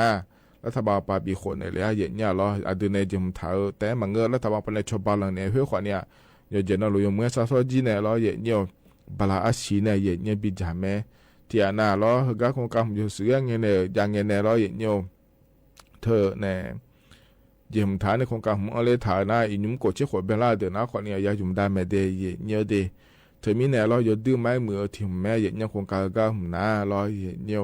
เย็นนี้เนี่ยถ่ายแต่เมื่อแล้วทำมาปาคนในบิลล์เนี่ยเราเธอชอบบ้านหลังไหนมีเนี่ยเธอมีเนี่ยเย็นนี้ที่อันนั้นยุ่งห้อยากาเนี่ยแล้วง่าประกันสังคมของมาจาเลยแล้วเราเย็นเนี่ยแล้วสักการปาเมียคนนี้มามั่วเลยแล้วนะเราสะดัดถามหมอเมียเลยเยี่ยมหมอเมียเลยเธอก็หมอเลยไงบาลาชินยาจากโขผายเลยแล้วเราเลยเย็นนี้ทว่าเราเธอก็กองทุนการองแห่งชาติและขั้วปลาอังเลเนี่ยรอเย็นเนี่ยโคกับหุ่นเลี้ยงเนี่ยรอสตาร์ทเลยเนี่ยแม่เย็นเนี่ยรอน่าคนรู้จังอ่ะเทียนเนี่ยที่อันนั้นหารอเลยเย็นนี้เลยเฮ้ยยูว่ากูเช็คคนมาเบียงล่าสิเลยแล้วรอเย็นเนี่ยไอ้ขวานเนี่ยสตาร์อยู่มาโหลเนี่ยเลยแล้วรอเย็นเนี่ยเฮ้ยกูเช็คคนมาเบียงล่าขวานเนี่ยสตาร์อยู่มาโหลมีเนี่ยรอกองทุนกับองแห่งชาติและขั้วกองชอและขั้วปลาเยี่ยมถ่ายยามายูโรเหลือเนี่ยจุ่มยาเมโลแล้วรอเย็นเนี่ยเย็นเนี่ยยูโรเหลือเนี่ยจุ่มยาเมโลแล้วนะหาหน้าขอเนี่ยเราเลยเย็นนี้เธอเนี่ยยูโรเนี่ยกันเนี่ยเราเย็นเนี่ยแต่ก็สมาชิกกันเนี่ยอีโดสวาเจเย็นเนี่ยเราสมาชิกก็หลักคนเนี่ยอีโดเนี่ยเราในรัฐบาลไปเนี่ยบินหลังให้ขอเนี่ยมายาจะได้เย็นเนี่ยได้ย้อนเนี่ยฮะจิมถ่ายรวยแล้วมันเงินน้าเราเย็นเนี่ยเธอมีเนี่ยเราเลยอย่างนี้กันยันเอาคนนี้มายุโดนี่รอเธอเจ็บนะเจ็บหัวรอเดือดแต่เป็นไงเนี่ยถุงเท้าลอยเลยเนี่ยหมอเลยไงรออยู่ไม่ได้แล้วเนี่ยถุงเท้าลอยเดย์เนี่ยเดย์เธอหมอเลยก็อยู่มาก็ดูเจ็บถ้าพายง่ายเธอเนี่ยเราเธอก็สาวเรานั่นว่ามีคนเนี่ยก็กอดยายมีเนี่ยรอที่ปวดหน้าสาวหัวจะโดนไล่แม่เนี่ยเนี่ยคนเนี่ยอยู่ฮะเนี่ยหมอเลยไงก็ดูเดย์นะหมอเลยเนี่ยก็ดูเดย์แล้วเนี่ยใจฐานเนี่ยเราเยี่ยมถ่ายเดินนะขอในหัวก็พิจารณาเนี่ย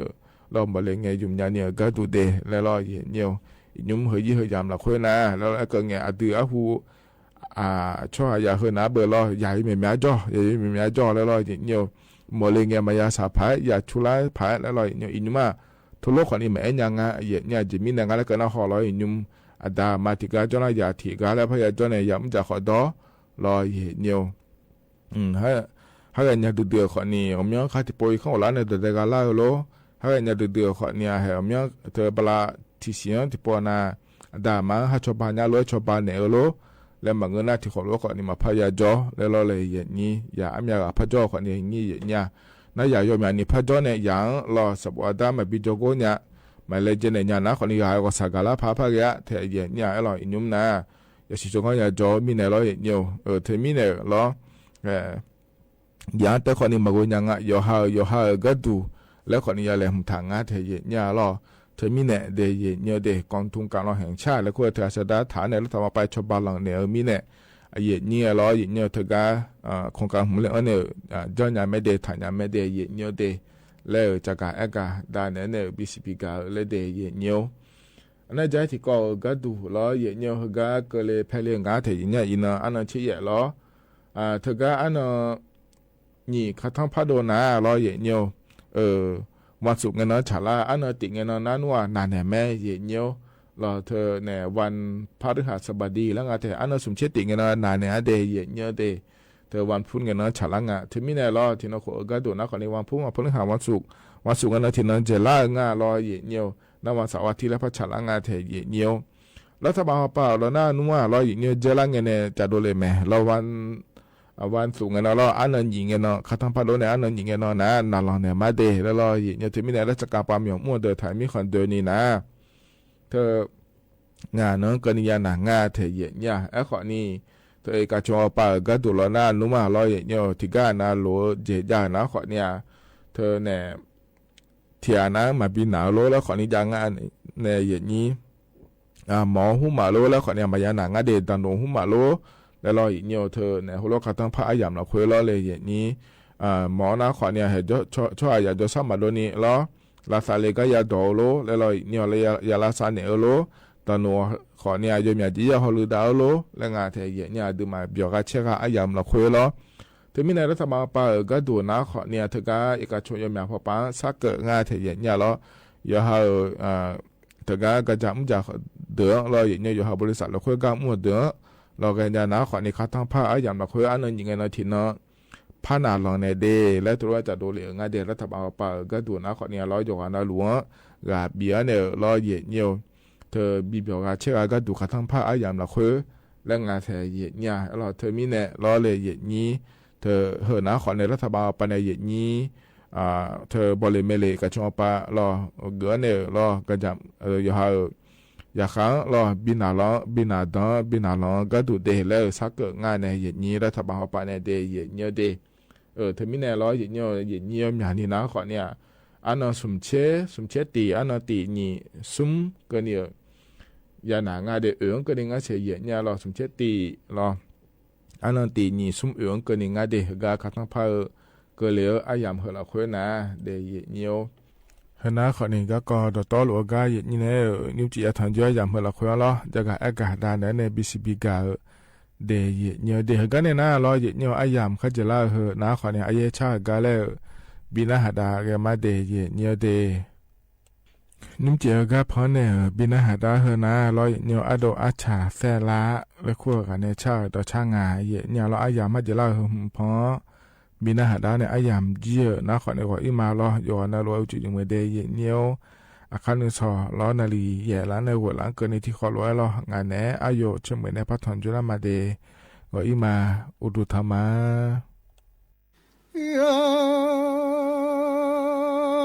บุตรสัจญุสอทินดังหล่อนูนักชมยุสอติจีนักล้อนว่าอยู่ชุดเชือกขังรันดุจ้าอยู่ชุดเชือกเปียขังดุจ้าจากกันเลงดี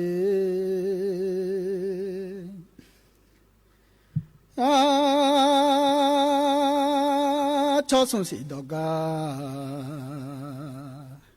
ว่าอยู่ชุดเชือกดอกดอกจงไหลละยาญา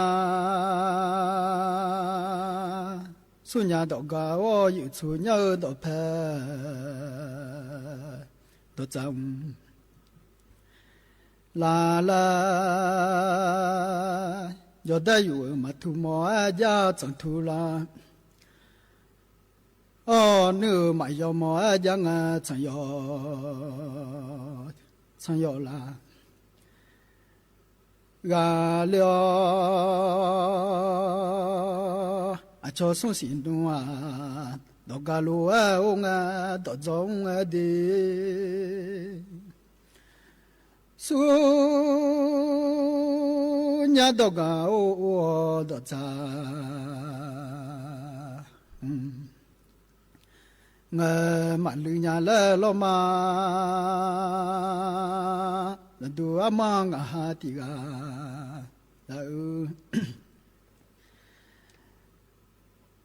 เชลลากาชมยุสติจีลาอุล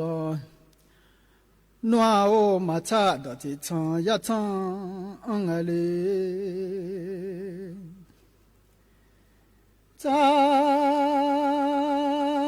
ติจมาญาละมาสาวดอติจมากะงาสงข้าวดูอุดาเลยูงอก็เจข้าจัดยายาดากาละมาหูยา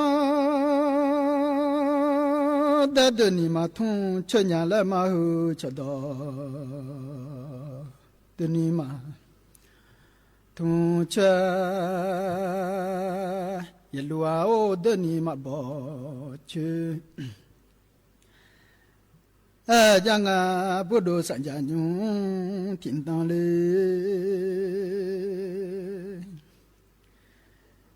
ยาเพนเอาเจลุทีลอเลเจดีหูขอเจลุทีลอเพนหูจอเจลุมีชาดากาเลงาเจลูมีจานุอาชาตูดโบลาเจลูมีเชื่อหัวทองเยอะแค่จากการเล่นดี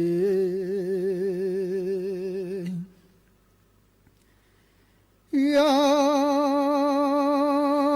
มาบ่อยข้าข้าเลบอจูกาจังหายาขอกาจวชอยาพิงบาคาจวกาลาลีลานิญาดีงาหามาคามาซาญาลาดียาขอมาคาอิงายจอมาสัญญาลายาพิมาคาอยู่จามาทุงญาลาจังโลจิเฉลียกาลากาเลงดีเจ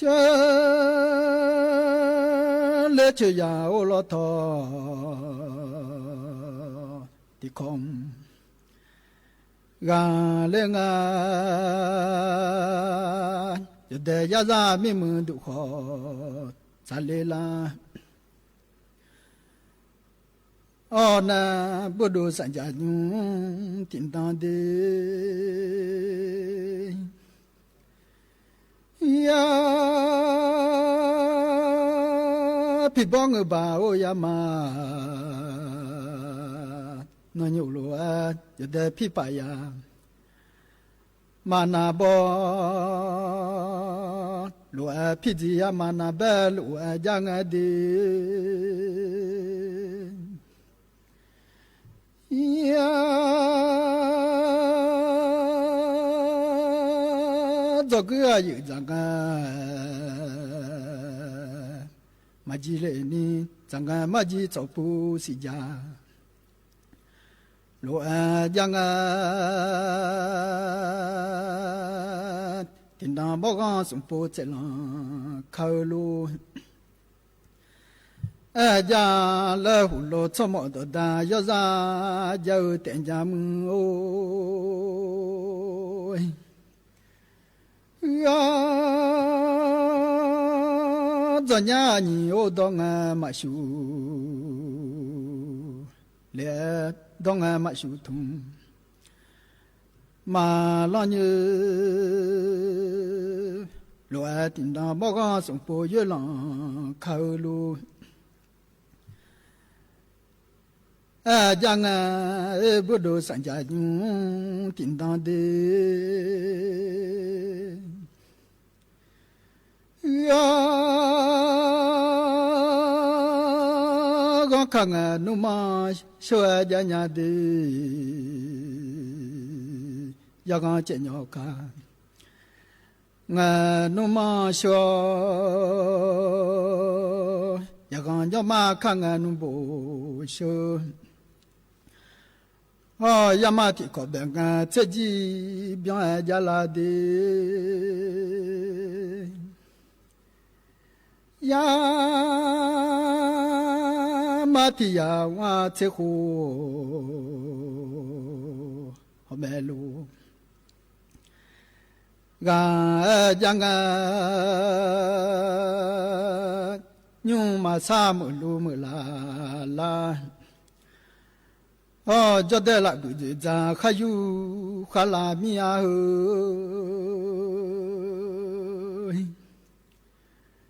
ญาบากวจิตากาตาคากาเลงาเมื่อเคยสัมผัสนัวจะลองชาอกันดูยาเพียวขังหอสีชากาเลงอยู่มาสามยาโอเจ้ามาทุงญาลาลมาบุโดสัญญาญูตินตันเด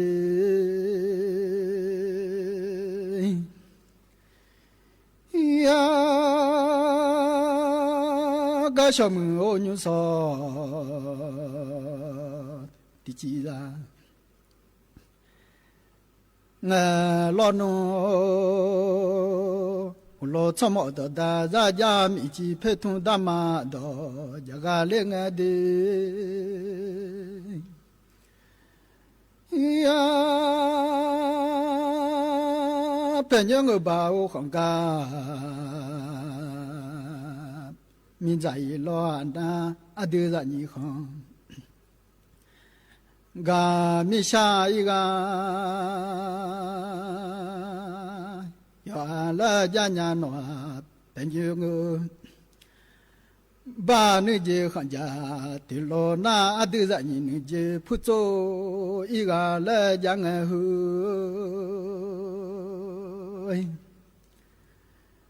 เมียมาเจกังกากาขังกาอีกายละจุมบาเชโลกากามิใจกายละโลเพเนตดายาซาญญาโนมิจิเพทุนดามาดอจากาเลงเด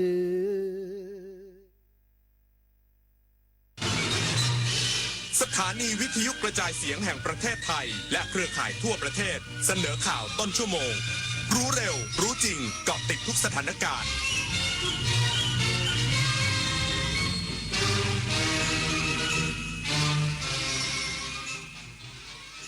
รับฟังข่าวต้นชั่วโมง 22 นาฬิกากับพิญญรุ่งสมัยพระบาทสมเด็จพระเจ้าอยู่หัวพระราชทานดอกไม้และตะกร้าสิ่งของแก่กำลังพลที่ได้รับบาดเจ็บจากสถานการณ์ชายแดนไทยกัมพูชาอีกสักครู่กลับมาติดตามรายละเอียดครับ Princess Cup Thailand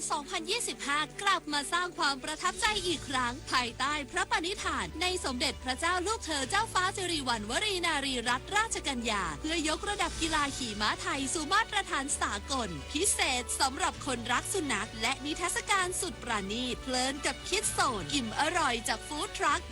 22-28 ธันวาคมนี้ณสนามขี่ม้ากองพลทหารม้าที่ 2 รักษาพระองค์สนามเป้ากรุงเทพเชิญร่วมงานกาชาด 2568 ร้อยดวงใจปวงประชาน้อมสำนึกพระเมตตาองค์สภานายิกาสภากาชาดไทยเลือกช็อปสินค้าอุปโภคบริโภคพร้อมรุ้นรางวัลพิเศษสลากบำรุงสภากาชาดไทย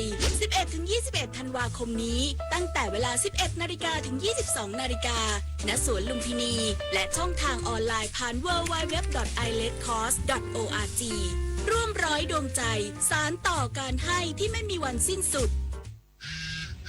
ธนาคารขอแจ้งว่าบัตรเครดิตในชื่อของท่านมียอดค้างจ่ายจำนวนมากหากไม่จ่ายจะถูกดำเนินคดีนะคะชื่อของคุณเกี่ยวข้องกับบัญชีม้าตำรวจต้องตรวจสอบเส้นทางการเงินครับคุณได้รับเงินภาษีคืนนะคะช่วยกดลิงก์ยืนยันด้วยค่ะอย่าเสียเวลาคุยอย่ากดลิงก์หรือกดติดตั้งแอปพลิเคชันที่มีการอ้างเพราะสถาบันการเงินและหน่วยงานภาครัฐไม่มีนโยบายติดต่อประชาชนทางโทรศัพท์หรือการส่งข้อความถ้าเจอแบบนี้มิจฉาชีพแน่นอนครับ 23 มกราคมนี้ห้ามพลาดถนนดนตรีไลฟ์พบกับบทเพลงแห่งความรักความหวังความฝันสื่อประสานด้วยพี่น้องร้องเพลงหนูมิเตอร์และบิวกัลยาณีชมฟรีตั้งแต่เวลา 18 นาฬิกาเป็นต้นไปณห้องออดิทอเรียมอาคารศูนย์ปฏิบัติการสถานีวิทยุกระจายเสียงแห่งประเทศไทยลงทะเบียนเข้าชมได้ที่ Facebook Fanpage ถนนดนตรีเรายังเป็นนักเดินทางพระบาทสมเด็จพระเจ้าอยู่หัวพระราชทานดอกไม้และตะกร้าสิ่งของแก่กำลังพลที่ได้รับบาดเจ็บจากสถานการณ์ชายแดนไทยกัมพูชาพระบาทสมเด็จพระเจ้าอยู่หัวทรงพระกรุณาโปรดเกล้าโปรดกระหม่อมให้นายณรงค์เทพเสนาผู้ว่าราชการจังหวัดอุบลราชธานีเชิญดอกไม้และตะกร้าสิ่งของพระราชทานไปมอบแก่กำลังพลทหารจำนวน5 รายที่ได้รับบาดเจ็บจากสถานการณ์ชายแดนไทยกัมพูชาเพื่อเป็นขวัญและกำลังใจณโรงพยาบาลค่ายสรรพสิทธิประสงค์จังหวัดอุบลราชธานีกำลังพลที่ได้รับพระราชทานดอกไม้และตะกร้าสิ่งของพระราชทานได้แก่พลทหารสุริยเทพมูลเพ็งพลทหารกฤษณพงษ์แสนเสนาพลทหารพีรพัฒน์สุขเสมอพลทหารปรีติทองมีและพลทหารภักษรันวิลานันท์นับเป็นพระมหากรุณาธิคุณอย่างหาที่สุดมิได้แก่กำลังพลและครอบครัวสร้างความปราบปลื้มและสำนึกในพระมหากรุณาธิคุณอย่างหาที่สุดมิได้แก่กำลังพลและครอบครัวเป็นอย่างยิ่งกรกฎภูมิสวทอุบลราชธานีรายงานโฆษกกองทัพอากาศเปิดเผยว่าไทยเตรียมการทั้งเชิงรุกและเชิงป้องกันภัยจากโดรนของกัมพูชาพร้อมออกระเบียบห้ามบินในพื้นที่เกี่ยวข้องชายแดนพลอากาศโทจักริดธรรมวิชัยโฆษกกองทัพอากาศกล่าวว่ากองทัพอากาศได้ทำงานร่วมกับสำนักงานการบินพลเรือนแห่งประเทศไทยในการกำหนดมาตรการต่างๆเพื่อรองรับภัยคุกคามที่มาจากอากาศยานไร้คนขับหรือโดรนเบื้องต้นมีการออกระเบียบข้อบังคับห้ามบินในพื้นที่ที่เกี่ยวข้องกับบริเวณชายแดนนอกจากนี้หน่วยงานด้านความมั่นคงได้ร่วมมือกันทั้งเชิงรุกและเชิงรับเพื่อให้มั่นใจว่าสามารถตอบโต้กับภัยคุกคามที่มาจากอากาศยานไร้คนขับได้ทั้งนี้มีกลไกต่อสู้กับภัยคุกคามด้านดังกล่าวทั้งระบบป้องกันรวมทั้งการเตรียมอาวุธยุทโธปกรณ์ในการยิงทำลายอากาศยานไร้คนขับที่เข้ามาในพื้นที่หน่วยงานความมั่นคงธนพร ปรุณฤทธิ์รายงานรัฐมนตรีช่วยว่าการกระทรวงมหาดไทยลงพื้นที่เยี่ยมชมหมู่บ้านเศรษฐกิจพอเพียงจังหวัดสุราษฎร์ธานีพร้อมสนับสนุนด้านการตลาดและการท่องเที่ยวเพื่อขยายผลความสำเร็จนางสาวศศิกร กิตติธรกุลรัฐมนตรีช่วยว่าการกระทรวงมหาดไทยลงพื้นที่เยี่ยมชมหมู่บ้านเศรษฐกิจพอเพียงบ้านหนองไทรตำบลหนองไทรอำเภอพุนพินจังหวัดสุราษฎร์ธานีโดยมีนายจุมพวรรณชาสิริผู้ว่าราชการจังหวัดสุราษฎร์ธานีหัวหน้าส่วนราชการให้การต้อนรับโดยจังหวัดสุราษฎร์ธานีได้ขับเคลื่อนการพัฒนาตามยุทธศาสตร์เมืองแห่งความสุขเมืองคนดีมีน้ำใจมุ่งยกระดับคุณภาพชีวิตประชาชนให้มีความมั่นคงและยั่งยืนด้านผู้นำชุมชนระบุว่าหมู่บ้านได้น้อมนำหลักปรัชญาเศรษฐกิจพอเพียงมาปรับใช้เพื่อลดรายจ่ายเพิ่มรายได้และสร้างความมั่นคงทางอาหารโดยมีจุดเด่นความร่วมมือของคนในชุมชนและการพัฒนากลุ่มอาชีพต่างๆอย่างเป็นรูปธรรมรัฐมนตรีช่วยว่าการกระทรวงมหาดไทยพร้อมสนับสนุนการตลาดและการท่องเที่ยวเพื่อขยายผลความสำเร็จของหมู่บ้านเศรษฐกิจพอเพียงอย่างยั่งยืนรอดิชัยยินดีสวทสุราษฎร์ธานีรายงานจบข่าวพิญญรุ่งสมัยอ่านรับฟังข่าวครั้งต่อไปเวลา 23:00 น.ติดตามข่าวที่นำเสนอไปแล้วได้ที่ www.thainews.prd.go.th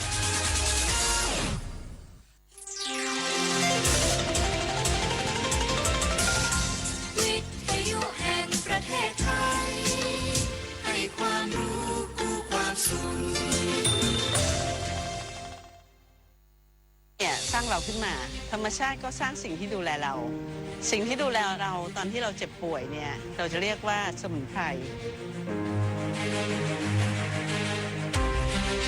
จากยาสมุนไพรตัวแรกนำมาซึ่งการพัฒนายาสมุนไพรตัวอื่นๆอย่างต่อเนื่องจากตำนานภูมิปัญญาสู่นวัตกรรมแปรรูปเป็นผลิตภัณฑ์ที่มีคุณค่าต่อผู้บริโภค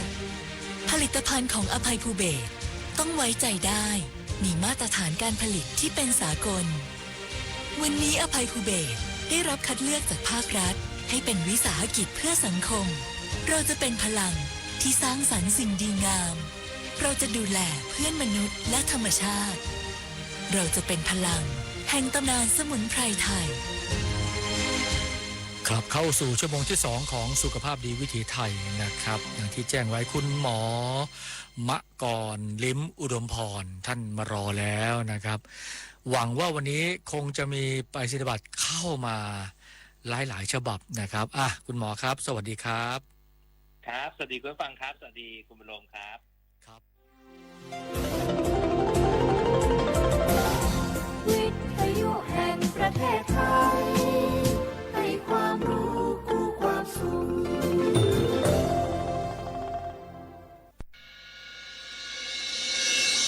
สถานีวิทยุกระจายเสียงแห่งประเทศไทยจังหวัดเชียงใหม่ AM 1476 กิโลเฮิรตซ์สถานีวิทยุภาคภาษาชาติพันธุ์แห่งเดียวในประเทศไทยที่มีความทันสมัยเชื่อถือได้สร้างอัตลักษณ์กลุ่มชาติพันธุ์สู่สากล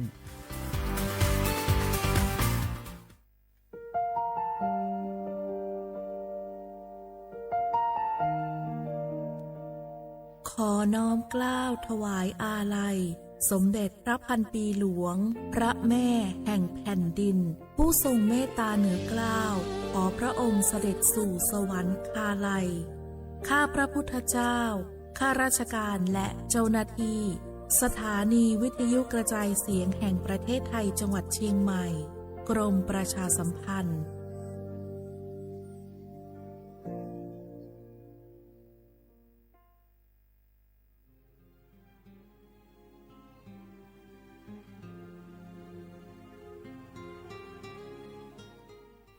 This is a moment of profound grief for the Kingdom of Thailand. We, the collective voices of Radio Thailand Chiang Mai, join the Thai nation in mourning the passing of our beloved Queen Martha, Her Majesty Queen Sirikit. Her life was a testament to the unwavering service, grace, and deep love for the Thai people. Our humble condolences and thoughts are with His Majesty the King, the royal family, and all the Thai people during this deeply sorrowful time. We will remember her forever.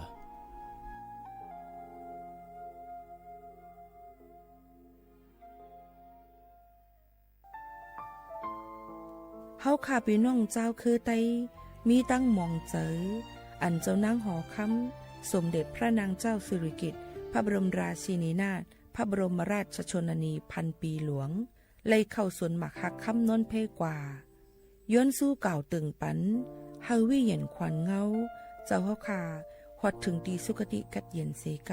ำเฮาขาพี่น้องก้นคือไต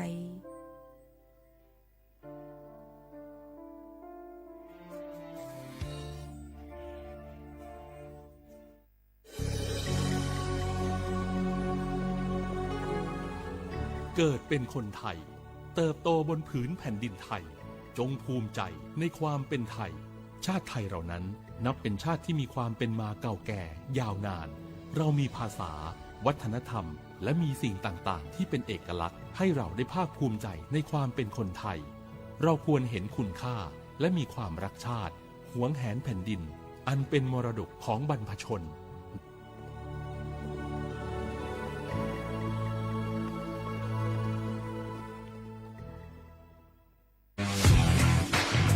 รัฐบาลไทยประกาศสงครามสแกมเมอร์รัฐบาลจึงได้ประกาศสงครามกับสแกมเมอร์ในฐานะที่สแกมเมอร์เป็นวาระแห่งชาติและในวันนี้ผมก็ได้ใช้โอกาสนี้มารายงานความคืบหน้าและเน้นย้ำถึงสิ่งที่เราต้องร่วมกันทำต่อไปรัฐบาลได้จัดตั้งคณะกรรมการอำนวยการป้องกันและปราบปรามอาชญากรรมทางเทคโนโลยีขึ้นมาโดยมีผมเป็นประธานด้วยตนเองเพื่อให้ทุกหน่วยงานทำงานไปในทิศทางเดียวกันเราได้มีการลงนามบันทึกความเข้าใจระหว่าง 15 หน่วยงานหลักทั้งภาครัฐและภาคเอกชนตลอดจนสถาบันการเงินเพื่ออุดช่องโหว่ทางการเงินและตัดเส้นทางเงินของกระบวนการอาชญากรรมเหล่านี้ให้สิ้นซากรวมพลังคนไทยต้านภัยสแกมเมอร์นายอนุทินชาญวีรกูลนายกรัฐมนตรี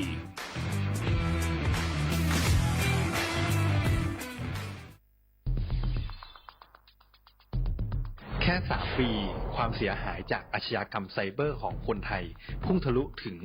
94,000 ล้านบาทหรือเฉลี่ยปีละ 30,000 ล้านบาท ทุก1 ชั่วโมงเราเสียเงินกว่า 3.4 ล้านบาทให้กับมิจฉาชีพออนไลน์โจรไม่เห็นใจคนอาชีพไหนอายุเท่าไหร่สถานะทางการเงินแบบใดหมอพ่อค้านักธุรกิจนักเรียนแม่บ้านข้าราชการเกษียณทุกคนตกเป็นเหยื่อได้เสมอและวันหนึ่งอาจเป็นคุณหรือคนที่คุณรักเพราะจุดอ่อนร่วมของเหยื่อคือความเร่งรีบขาดสติหรือแม้แต่บางครั้งก็เกิดความโลภจนเกินไปอย่าปล่อยให้การกดคลิกเดียวลิงก์เดียวทำให้โจรยิ้มกว้างวันนี้ถึงเวลาแล้วที่คนไทยทุกคนจะต้องร่วมมือกันสร้างภูมิคุ้มกันอาชญากรรมไซเบอร์ช่วยกันหยุดก่อนที่ภัยไซเบอร์จะทำให้คนที่คุณรักและตัวคุณเองกลายเป็นเหยื่อ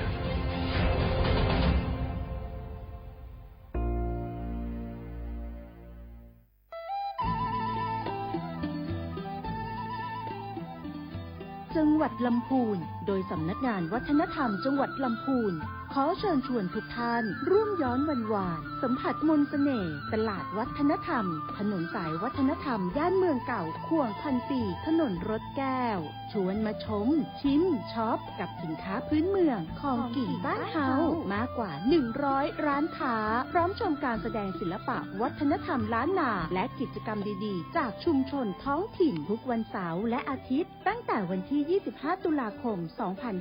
2568ถึง4มกราคม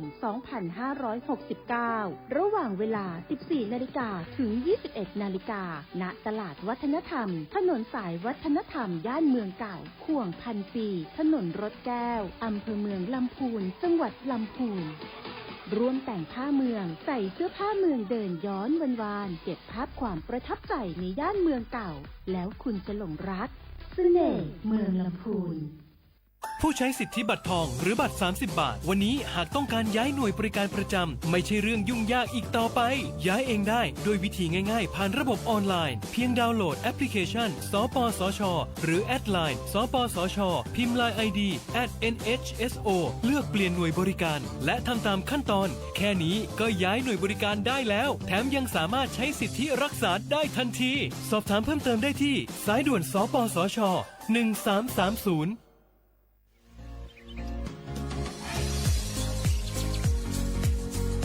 จ้ำหนังเปิงมติครม.มือวันที่29เดือนธันวาคม25ปากไป67เฮาฮิปเน็ตแกลิดปัญหาสถานะและสัญชาติคนอันอยู่ตั้งเมืองจึงไทยจอมาตรา17นั่น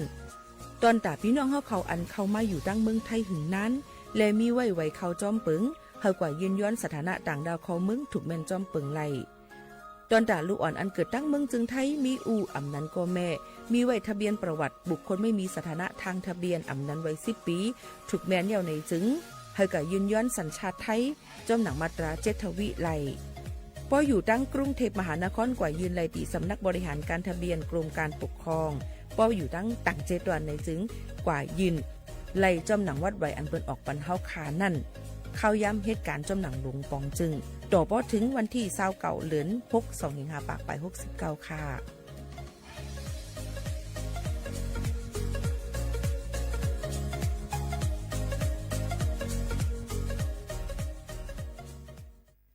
พี่น้องเขาสนใจใครปืนเผาผ่านตั้งห้องเปิดเสียงสวทเก้งใหม่ปั่นตั้งหูห่มปาดังมีดังเซอถ่อมแจ้งแล้งหลีกว่าไก่ในปืนตีเจดอนเก้งใหม่กับสืบมาไลดีสวทเก้งใหม่หมายฝน053-276-068และ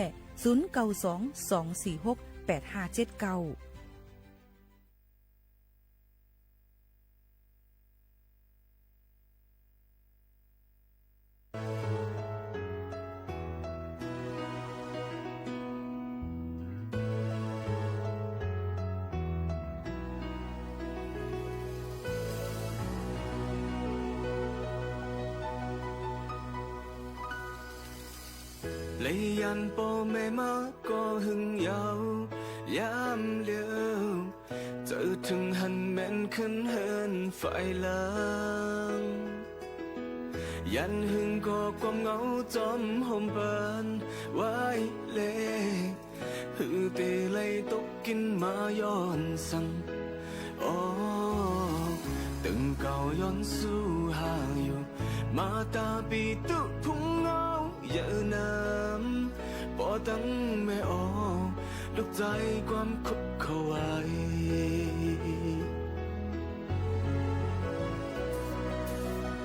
การนำปุ่นพ้นมีไว้อยู่เลย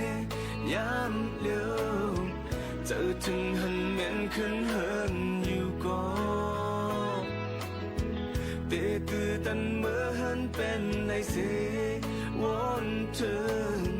เพื่อเตะปุดเต้นจอมตังเยินใหม่อ๋อกันเลือดหิมไฟไม่นาอำมังอำกังคนมาหยับตังมุงอันเมื่อนาบนพรกึกจับตัวไว้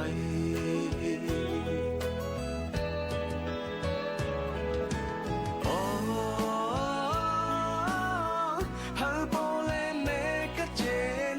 หาไลไก่ลดลองอยากเพเข็นลูกใจหอมมือคุบไว้ดีพลาเจ้าเสไตเตฝันหันปอแม่มานั่งจำเสตักลาดเฮาหมอทุกแม่นหิมหอมจำเฮาเฮาหมออิงปึงพลาเจ้าเสเลตลาเจ้าสังขาเลคู่ว่านั้นต้องเอาอ๋ออำปล่อยตกความปนสนมาตาปีตุทุ่งน้องเยอะน้ำพอตั้งไม่ออกลูกใจความคุกเข้าไว้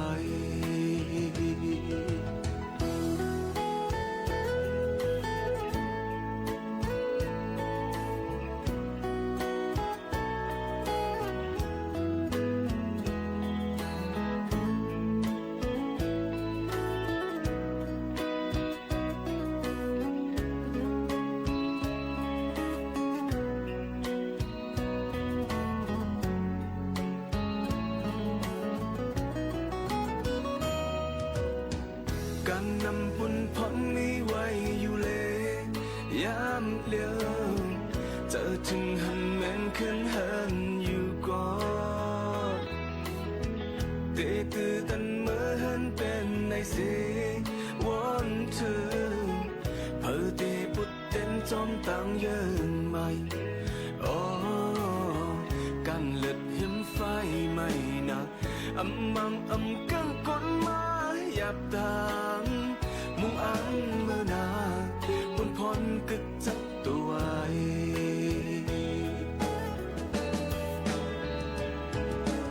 อ๋อหาโปเลเมกะเจนหาไลไก่ลดลองอยากเพเข็นลูกใจหอมมือคุบไว้ดีพลาเจ้าเสไตเตฝันหันปอแม่มานั่งจำเสตักลาดเฮาหมอทุกแม่นเห็มหอมจำเฮา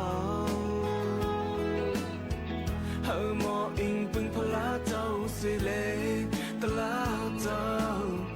สังขาเลคู่ว่านั้นต้องเอาอ๋ออำปล่อยตกความปนสนมาตาปีตุทุ่งน้องเยอะน้ำพอตั้งไม่ออกลูกใจความคุกเข้าไว้พอตั้งไม่ออกลูกใจความคุกเข้าไว้พอตั้งไม่ออกลูกใจความคุกเข้าไว้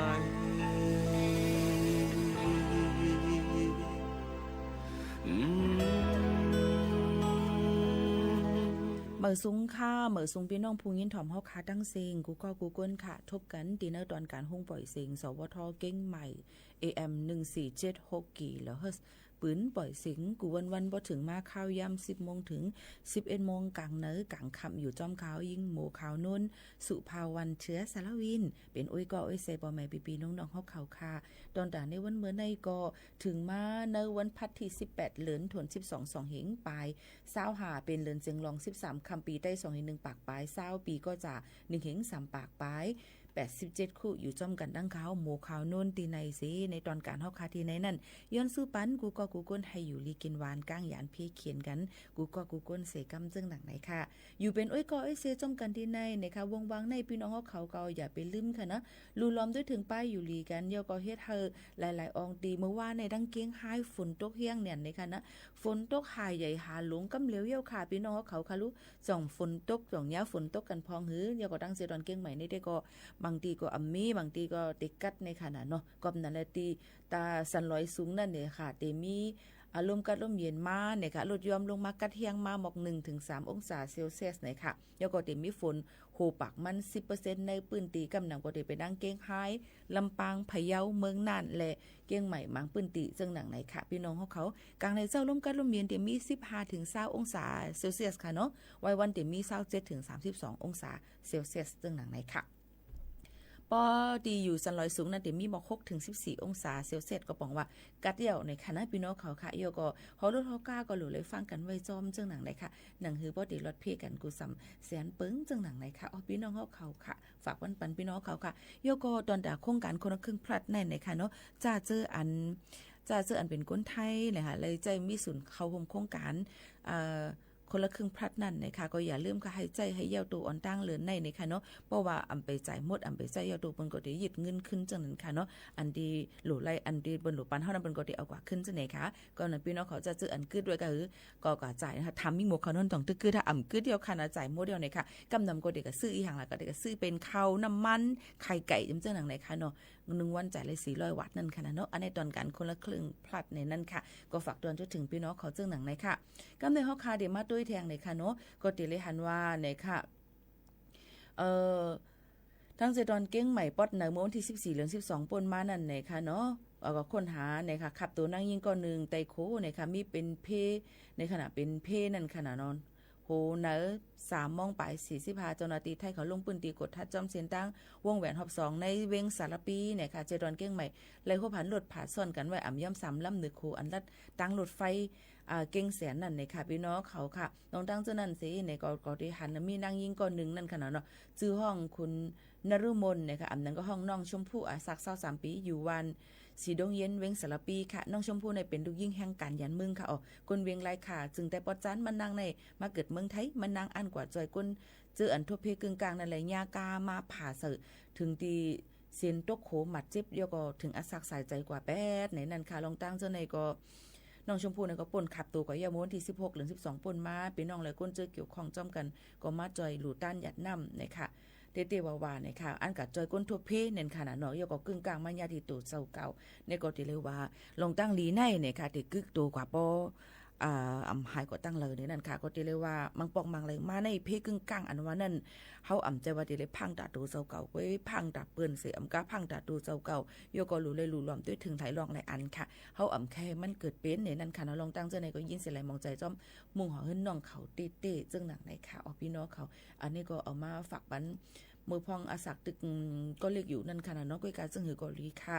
ย้อนซื้อปันเหวี่ยงคนก็ให้ก็ฮอดถึงตีกระเดียนนั่นค่ะยก็แทงรองนึงในขายย่ำพองตะเหลียวก้นหนุ่มในเมืองใต้กำนำนั่นเตมีไว้3 เส้นค่ะเนาะ3 เส้นในเส้นอีสังพองหลาเนี่ยก็เส้นนึงกว่าก็มีในการเฮ็ดการจับแผ่นจังไหนค่ะเนาะยก็เส้นนึงก็ซ้ำกว่ามีตีในจุ่มลูกพื้นเส้นนึงก็เด็กก็เฮ็ดการนอกเมืองในเมืองใต้ในก้นหนุ่มก็โมดเดียวค่ะมีสังเหี่ยวพี่น้องเขาอ่ะซึ่งคือหลายว่านั่นน่ะเนาะหนุ่มยิ่งเซียนปานอาศัก18ขึ้นเนื้อเศร้ากว่าปลายกับอีนั่นในก็อันลูกที่เว้งเมียวตีเสคำแดนลินไปฮอดถึงรถเพก็ที1ก็ลาดว่ามันนางในเลยลูกที่เมืองใต้เสมาเหตุการณ์จับแผ่นที่เมียวติเลยเข้าตั้ง 3-4 ปีใน 2-3 เดือนนั่นอีกหนึ่งเอาไล่การเมืองการซึกนี้เลยมันนางก็เลยไปออกปืนตีเอาตัวรอดเสเนี่ยค่ะมาโซ่ถังไว้อยู่ดังเมืองจึงไทยจึงหนังไหนค่ะเนาะปกติละซื่อๆก็ล้วนหนุ่มใต้ในเมืองใต้เฮาในย้อนปืนจับแผ่นให้ลูกกว่าก็เฮียงน่ะย้อนปืนยาย้อนปืนเคทีวีแค่ไรเงินนำและเหตุการณ์ยาเมากำจมจนในก่อนนำเหลืองเนี่ยในค่ะพี่น้องเขาค่ะเลยทุกคักอยากผิดก็มีเนี่ยค่ะเด็กกันนี่ตั้งผิดไผก่อนไรหรือว่าตัวเจ้าเก่านั่นซ้ำตัวเจ้าเก่านั่นซ้ำมันทำเข้ากับเฮ็ดจอมนั่นขนาดเนาะก็จังเลยเป็นจังไหนเนี่ยค่ะย่ำพงตะเหลียวนั่นลูกอ่อนก้นหนุ่มใต้ก้นหนุ่มเฮาคาทั้งวันเมืองเฮานั่นก็ใครว่าอำบ่ลึกกึดนำมันบอกก็ปลายมามันก็อยู่ก็ติดยาเมากำก็อยู่ในเขต กะติดยาเมากำเมียวก็อยู่ในจุ่มจะเพียนหยอกแหลนเปิ้นจึมจังนั้นก็มีมานำค่ะกำนั้นวันเฮาเมืองเฮาตะเหลียวก็จะเป็นลูกอ่อนก้นเฒ่ากำนำค่ะเนาะอันพ้องอันที่หนุ่มยิ่งหนุ่มใจหาทายเขาจังนั้นก็ได้เหตุการณ์กว่าหลายรองหลายอันจำหนังตูเจ้าก็ใครเลยใครเป็นมันก็เลยหลีเลยเป็นมันก็เลยทบตั้งขี้และย่าเปิ้นหยอกเลียนกว่าจังไหนก็มีลองตั้งจังหนังไหนนั่นเฮาขาดถูกด้วยหลายรู้ลำได้ถึงลูกหลานเฮาค่ะโยก็อย่าไปใครเลยว่าก็หาเงินแลก็รู้เลยเงินในว่านั้นหนูติ๊กๆก้อยในลูกอ่อนเขาก็ม่วนหังมาหังนั่นขนาดเนาะก็นั้นใครเฮาลูกเฮาหลานเฮาลูกยิ่งหนุ่มยิ่งหนุ่มใจเมืองใต้เฮาค่ะนั่นไหนเลยขึ้นเฮียนเลยมีการจันเฮียนเหล็กสูงๆในค่ะเนาะเฮียก็คึงปองให้สร้างกว่านั่นขนาดเนาะก็มันติสร้างเฮ็ดเฮามันติสร้างเฮ็ดเฮาก้นหนุ่มเฮาค่ะนั่นตกล็อกเปิ้นไปล็อกเป็ดหลายจังนั้นค่ะเนาะอันนี้ก็เอามาฝากไว้ปันจะเจออันมีลูกมีหลานกัดแขนยาวลงแหลนยาวในนั่นก็ยุกย่องจ้อมในนั้นค่ะยก็รักษาเปิ้นว่าก้นเฮาค่ะในติเฮ็ดลีนั่นเนี่ยค่ะเฮ็ดลีเหี่ยวในหนังหือบ่ติรักษาลงตั้งลีนั่นกว่าหึงนั่นนี่1แขนโดเลยใจข้าวยามนี่ค่ะอ๋อนี่ก็เอามาฝากตอนจนถึงกันยามเพราะว่ายามพงตะเหลียวในก้นหยอกแลนกินกันก้นดำลึงเนียนยก็ลองยามเฮากำวันเฮาเมืองเฮาก่อนนำเหลืองเนี่ยลูซุ่มอาศักใส่ใจก็จะมันจะในก็มีนำเนี่ยในนั่นค่ะพี่น้องเขาเยอะก็ลูอ่อนนางยิงมาอยู่เศร้าทางดังเมืองจึงไทยเสียในค่ะเลยก็เหตุการณ์จ้อม KTV 5เลยกินยาเคยาไอยาเมากำแฮปปี้วอเตอร์จำจะในเมืองนอกเมืองมีนำเนี่ยในค่ะเนาะเยอะก็ฝากฟังไว้ปันมันก็ถึงอาศักใส่ใจมันก็แย่ปืนกันจันลุลายจำจะในก็มีอันเตรียมจะเฮ็ดก็มีอันเตรียมจะเฮ็ดก็มีลองตั้งจะในเฮาขาถูกเลยฟังเยอะก็หลุดล้อมได้ถึงดุๆหลานๆเฮาขานั่นจ้อมในค่ะฝากไว้ปันพี่น้องเขาเจ้งหนังไหนค่ะนะพี่น้องเขาค่ะก็เขาเฮาพี่น้องเขานั่นฟังนี่ค่ะกูลองกูอันนั้นมันไก่เฮาค่ะมันก็ได้ว่ามันเป็นทางหลอเฮาจังเป็นสังหลานในเจอค่ะเนาะก็เพราะว่าเฮาค่ะนั่นฮู้เลยติเกิดขึ้นมาเมื่อไรจำเจ้งหนังไหนค่ะก็ฝากไว้ปันพี่น้องเขาเจ้งหนังไหนค่ะหรือใจถ่อมด้วยเพียงความมันหูถูกใจกัน1หูก่อนค่ะยานกอบหักสายเลือนห้องไว้10ถ่อมค่ะ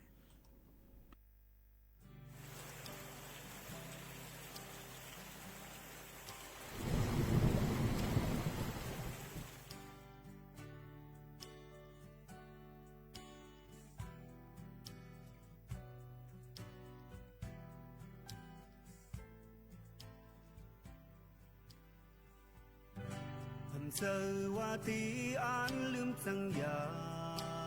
ณเจอว่าไหลสุดหากว่าเยาก็ปื้อถึงหักอ่อนใจและตั้งน้องในมีวันคอยจำเนอเจอใจรู้อยู่เนื้อใสเส้นตั้งน้องตึกยาวไกลสืบไปและไว้คือใจภายหลังลองอันตังซื้อไว้ปันมือยาวน้องหากุยปันข้าวยามปูนนั้นหยุดยาตั้ง4 ปีโอ้ฟ้าคุ้มฝนไหลทุกมาขึ้นลับสิ่งนั้นยาวก็น้องเอ่ยตีข้าเจอข้ามปูนมือหมดเสือนานไปสังมีเอาปุ่นตาใจลองตั้งหับที่อันมีเนื้อสู่น้องนานซึ่งสิ้นไว้อยู่ในใจ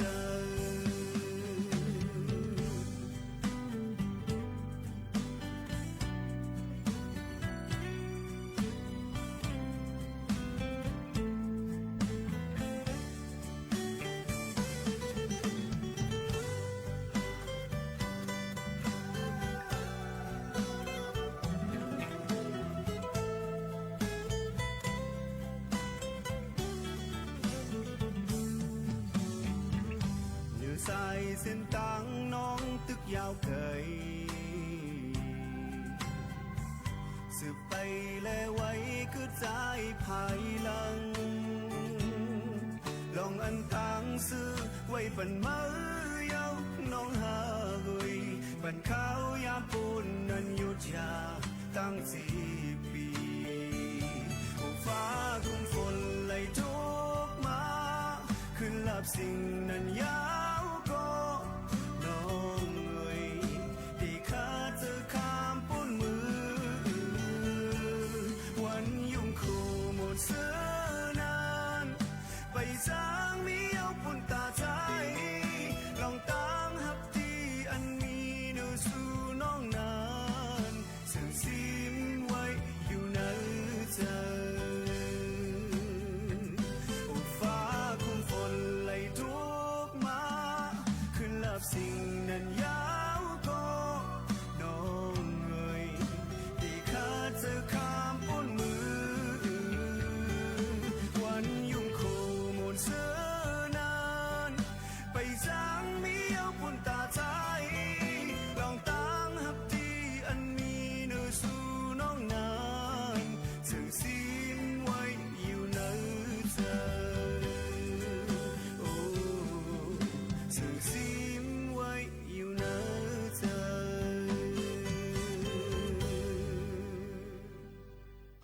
บางปอกบางไรมาในเนี่ยเขาว่าเกี่ยวกับเลยลอนตั้งหักในบางปอกมาหักในติเลยอุบเปิงหังก้อยก็เหลียวบางปอกเฮาหักเขาเยอะเฮาติเลยเขียนบางก็เฮาหักเขาเยอะมันเป็นทั้งปอกเขามีตั้งซื้ออยู่จ้อมไผก็ไล่ให้อยู่ไกลๆเฮ็ดด้วยเขาจังไหนเขาอ่ะพี่น้องเขารู้ตั้งหักพี่น้องเขามีไว้จังหือพองอันในลาดว่าอีหยานก็หักนะคะตาดีน้องมีตั้งซื้อนั่นก็ติเลยยานออกกว่าจังนั้นค่ะเนาะก้อยกาลองตั้งหักในตีป่องมาเนี่ย1ก้อ1เลยก็1อ่ำเหมือนกันค่ะเนาะก้อยกาอันเป็นหมู่เขานนกูหรือเสเปิ้นนั่นกูเปิ้นหักเขาปนกินนั่นเพียวอาลากูหักเหี่ยวเลยอุบปึงห้างก้วยก็เลยหักเหี่ยวใครกว้างอะไรเนี่ยเหมือนจังมันขังเฮาไว้ให้ไหนอ่ะกูเป็นจึงนั่นเองค่ะพี่น้องเขารู้ยังโตทบตั้งหักเป็นจึงหือพองก้วยกาจึงหือก็ลีค่ะลองตั้งหักในอ่ำพิษเผอเพราะว่าเฮาขาหมอหักนะคะยกหมอผ่ากลางว่างครึ่งหมอหย่อนย่านปันกันในกูลองก็ติเป็นลองตั้งอันลีมาจึงไหนค่ะพี่น้องเขาค่ะอ่ะกำเนิดเขามาด้วยเทียงไหนค่ะย่ำพองตะเหลียวตั้งเป็น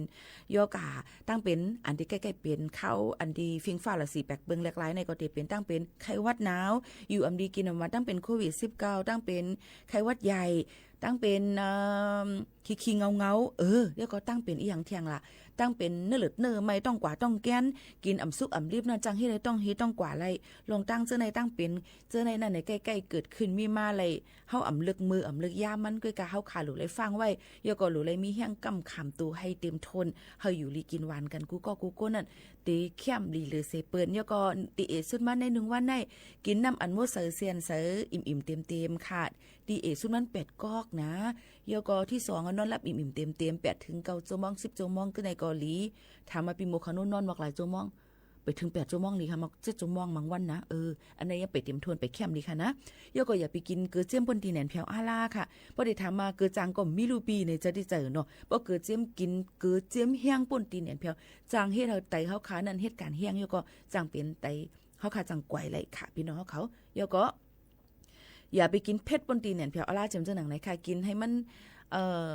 หูอายสามันนั่นขนาดเนาะน้ำเลี้ยงมันเจียมหวานมันจะหนึ่งก้อยก่อนไหลเอาไหนค่ะนะลองตั้งซะในตั้งเป็นเฮาค้าใน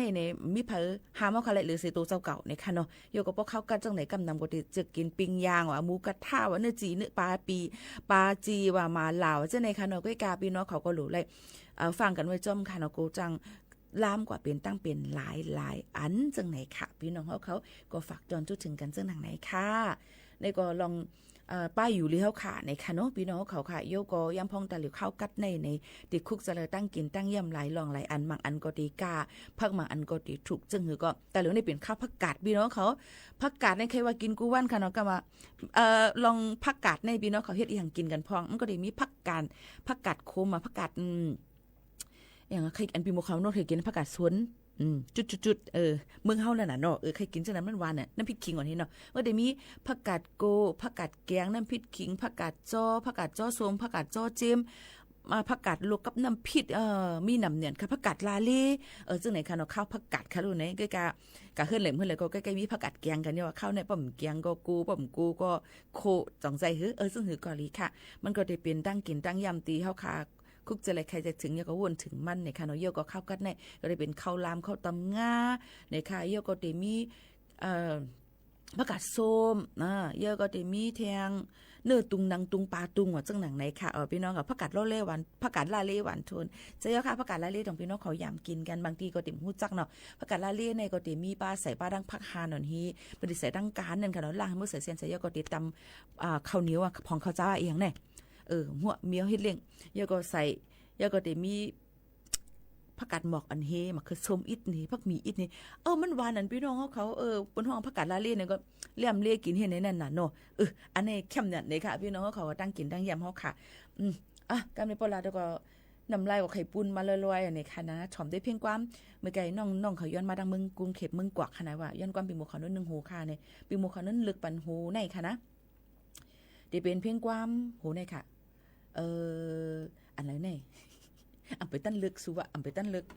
เมื่อไกว่าย้อนก็เป็นผู้หญิงอันปีหมู่เขานั้นเอาฟอดามันก็ไว้แล้วก่อมหัวน้องเอ้ยเอาก็ไว้แล้วก่อมหัว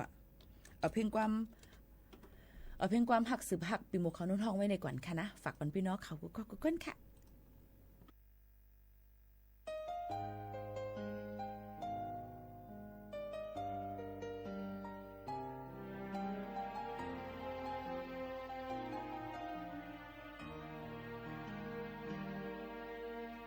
หัวใจหักวันเดอยู่ไว้หิมจำมันก็เงาสู่แคบค้างสุดใจหักปันเพิ่งมันเลยยุบยมสั่งปล่อยให้เพิ่งมาจิ้มเข้ายาหิมเอาเดเบอร์จอมแก่แค่ด้วยถึงขิงมอยใจไล่เฮเดเบอร์ลุ่มลาปันเพิ่งเดเคยสนเคยเก่าเคยยากก็หัวใจเดหักกึมมันไว้อยู่เดสิบเดหักผาดยานมาดอโจถึงสุดปานเป็นสั่งเป็นบ่มีมาผัวจักปานไหนโกสันติต่อสู้ตั้งนักจะหักเป็นเอ็นเฮียงหักสุภาพกันเสียงสูงเดมียิ้มจำจุงยิบมือกันพาดอโจดอสุดปานหักสุภา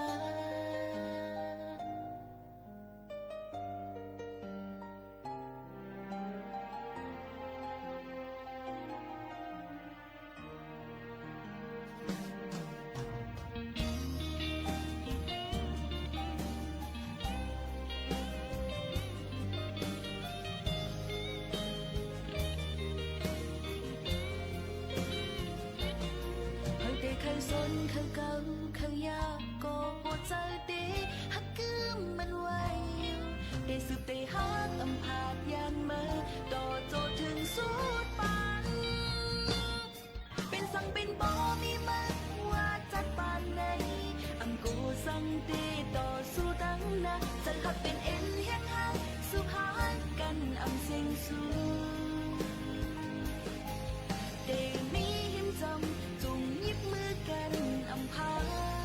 ดอโจดอสุดปานหักสุภาเป็นสั่งเป็นบ่มีมาเพราะว่าจัดปานไหนโกสั่งเดดอสู้ตั้งนักจะหักเป็นเอ็นเฮียงหักสุภาพกันเสียงสูงเดมีหิมจำจุงยิบมือกันพาดอโจดอสุดปานหักสุภา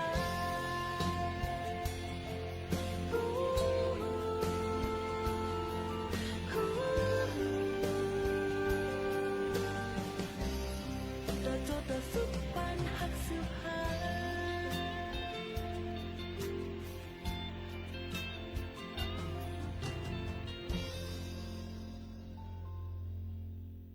หักสืบหักค่ะปลาหมูขาวนุ่นห้องไว้ค่ะนะในก็เป็นเพียงความเทียงหนึ่งโหค่ะก็เข้ากับด้วยในแอปแรงเลยค่ะเนาะก็ได้มีตั้งนำตั้งหลายนะคะเอามาได้เป็นหักสืบหักกับหักพิจเจอหักมีมากมายว่ะหักขอดตักนำน่ะเป็นหักหลายๆสุดไอ้หัวกระทำกระถ่อมด้วยในค่ะนะในแอปแรงเลยค่ะพี่น้องเขาค่ะเยอะก็หักพิจเจอต้องยำถ่อมหักพิจเจอ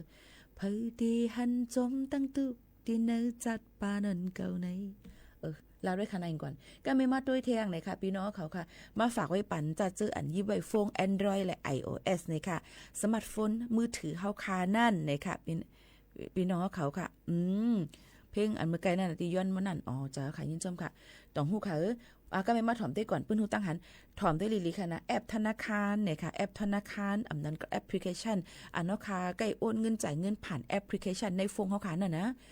ตัวเลยฮู้ไว้เพราะว่าวันที่14เดือน2อิงเกรดเดือนกุมภาพันธ์ปีเดมา2เฮงปลาย26นั้นก็2560 69นั่นนะคะเตกว่าโมบายแบงกิ้งนะคะภายดังแอปพลิเคชันดัง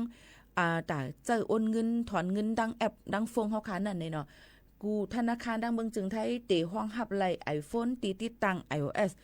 14อันนั้นก็ใหม่ละเตเอา14ขึ้นกว่านั่นน่ะอัปเดตมันขนาดเนาะเยาก็ป้าเป็นสมาร์ทโฟน Android อันนั้นก็เหมือนจัง Samsung Vivo Oppo จังไหนในค่ะเนาะพี่น้องเขาก็เตลูกดีอัปเดตที่10ขึ้นกว่าจังหนังในค่ะเพราะเก่าเหลือเสนั่นในเตจังใจแอปโมบายแบงกิ้งในค่ะเนาะป่องใจค่ะพี่น้องขออันที่หมู่ขนุนรัฐในสั่งเจอว่าผู้เลอเผอมีโฟนมือถือสมาร์ทโฟนเป็น Android เวอร์ชันอัปเดตมันติเลยใจ10ขึ้นเนอจ่องไกลใจและแอปพลิเคชันธนาคารอันเป็นเดี๋ยววันที่14เดือน2นั่นกว่านี่ค่ะเนาะเดเพราะว่ามีมอ10ขึ้นเนอในใจอำแล้วหมายว่าอัปเดตนั่นค่ะนะเวอร์ชันมันนั่นพี่น้องเขาค่ะเนาะการตั้งค่ามันนั่นเนาะเยอะก็บ่เป็น iOS ในเป็น iPhone ว่า iPad จึงจะในนั้นจึงเตเจอiOS 14ขึ้นเหนือกว่าในตะเหลียวนี่เป็น18แล้วนะย้อนนั้นเลยพี่น้องเขาก็หลูเลยไปด้วยจอมลองล็อกไลน์โฟนมือถือเฮาคาทันจอมว่ากลับมาเดี๋ยวเจอโอนเงินว่าจ่ายเงินร้อยเงินว่าจ่ายตั้งกินตั้งยำอ่ำไลสแกนอ่ำไลจึงหนังในค่ะเนาะพี่น้องเขาค่ะมันก็ถามมา10ขึ้นเหนือจึงหือค่ะป้อหลานในทอมเนาะป้อหลานในทอม Android โทรศัพท์ Android ฮู้เนาะระบบ Android ฮู้เนาะอันเป็น Vivo Oppo Samsung จังไหนอะบนห้อง Android เวอร์ชันมันนั้นก็จันฟงมันอันในเครื่องนั่นนะ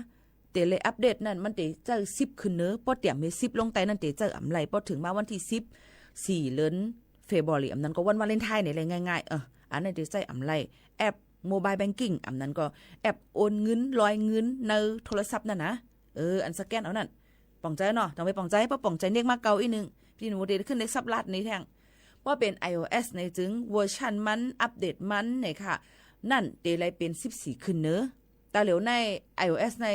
กำนำจะเป็น18แล้ว 18.1 จำได้ค่ะเนาะก็นั้นพี่น้องเขาเลยเช็คด้วยมันก็ว่าเฮียงโทรศัพท์ก็ในเกาเฮ็ดอันในก่อมไล่ล่ะเฮียงโทรศัพท์เฮาในเฮาโหลดอันในก่อมไล่ล่ะจำไหนค่ะก็นั้นพี่น้องเขาเลยด้วยค่ะเนาะถามว่าเป็นกาขันมันถอมลิลีป้อลาดในถอมลิลีค่ะขาลาดอยู่ว่า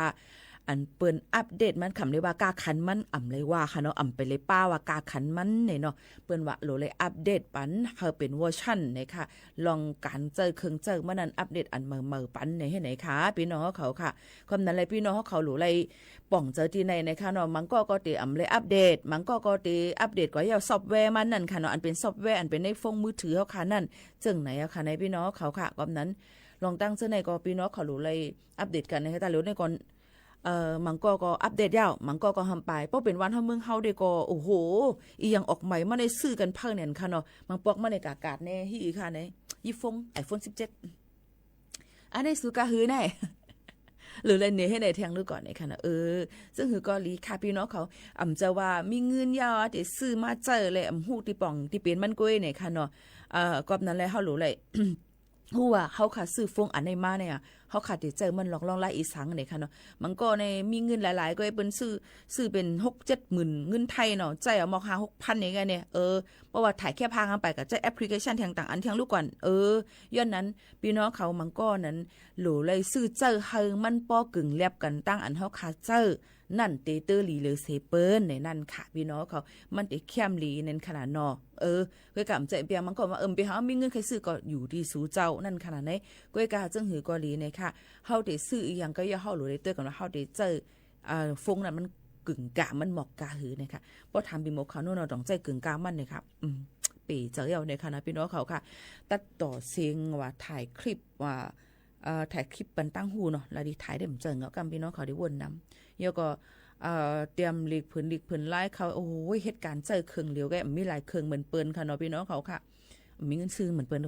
ก็ใจเครื่องเลี้ยวนั่นแหละจังนั้นกำนั้นอันนี้ก็เป็นปื้นหูทหารแทงหนึ่งอันที่มาฝากปันพี่น้องเขาเทียงรองหนึ่งเนี่ยค่ะจะเจออันเป็นพี่น้องเขายิบไว้วัดไว้ประกันสังคมวัดไว้ประกันสังคมนั่นในนั่นค่ะพี่น้องเขาเตถึงข้าวยามตอนตัดเดค่าย อองตีรูลอมได้ถึงป้ายอยู่ลีอำนั้นก็ห้องยาอันที่เฮาเทกยศยานั่นในจึงมันผ่านเลยสีออนไลน์จอมกันจังหนังในค่ะพ่อแม่ปีๆน้องๆเขาค่ะมันก็ติไล่นั่นค่ะเนาะพี่น้องเขาค่ะกว่าเลิกไล่เนี่ยค่ะผ่านดังออนไลน์เนี่ยค่ะที่ที่ประกันสังคมในนั้นค่ะเนาะพ่อแม่พี่น้องเขาค่ะจังหนังนั้นค่ะเนาะกว่าไล่ในนั้นค่ะในวันที่16ถึงวันที่19หรือในก็กว่ายืนไล่ในค่ะตอนแต่ดีกว่าเปลี่ยนเลยที่สำนักงานประกันสังคมปัดปืนจึงไทยเพราะว่าตัวจะเกาะหมอเขาแอปนู่นนี่นั่นนี่ก็ไก่ยืนดีสำนักงานมันห้องการมันนั่นกำซื้อในวันที่16ถึงวันที่19เดือนในนี่ค่ะตอนตะก้นอันเป็นวัดไว้ประกันสังคมนะถ่อมได้เลยนะยก็แทงอันนึงวันที่20เดือน12ในต่อถึงวันที่4เดือน1อิงเกรด2เฮงปลาย6นั่นนี่ค่ะมันก็จะอยู่ในถ่ายลองห้องหับSSU call นั่นค่ะเนาะยก็จะเป็นอันเหม่อในนั้นค่ะผ่านทางเว็บไซต์สปสก็ไลนะคะ www.sso.go.th ในนั้นค่ะพี่น้องเขาค่ะยก็แอปพลิเคชัน SSO Plus นะคะยก็ Line Official @SSO Thai นะคะยก็แอปพลิเคชันทางหลัดนะคะลายอันค่ะเนาะสิลายตีลายตั้งตอนดาได้เป็นองตียศยาป้ายอยู่หลีเฮาคานนั่นจังไหนค่ะปฮคายืนไว้วันที่20ต่อถึงวันที่31เดือน12ในจึงศูนย์เลยศูนย์เป็นในการยดยาเฮาคาเตมีเตใจเลยเตเอาวันที่1เดือนเตมาเดือน1อิงเกเลตปีเหมือนนั่นกว่ากำเหลวเนี่ยค่ะพอยืนวันที่1ถึงวันที่4เดือน1อิงเกเลตซ้ำศูนย์เลยตอนแต่เตใจยดยาก็เตเป็นวันที่16เตกว่าจังหนังวันที่16เดือน1เตกว่าจังไหนค่ะพี่น้องเขาค่ะย้อนนั้นลองตั้งเจ้าในก็เอามาฝากปันปอแม่พี่น้องเขาว่าเด็กค่ายห้องยายดยาซึ่งมันก็เหมือนว่ามันไกลฮะมันปอก็กันเนี่ยมันแค่อยู่ว่าตัวยุกอย่างมันตัวอย่างมันเฮาอยู่ที่ห้องยาล้านหน้าเนี่ยแหละคล้ายๆมาอยู่ที่ราชเวทเนี่ยก็เฮาก็อยู่ในคักตอนที่ค่ายอะไรเชียงกาขันมันค่ะนะอันนี้ก็เกี่ยวกับลงจะเจออันยี่ใบวัดไว้ประกันสังคมในนั่นค่ะพี่น้องเขาฝากไว้ปันพี่น้องเขาเจ้าหนังในค่ะหรือเฮาหรือเจอทอมด้วย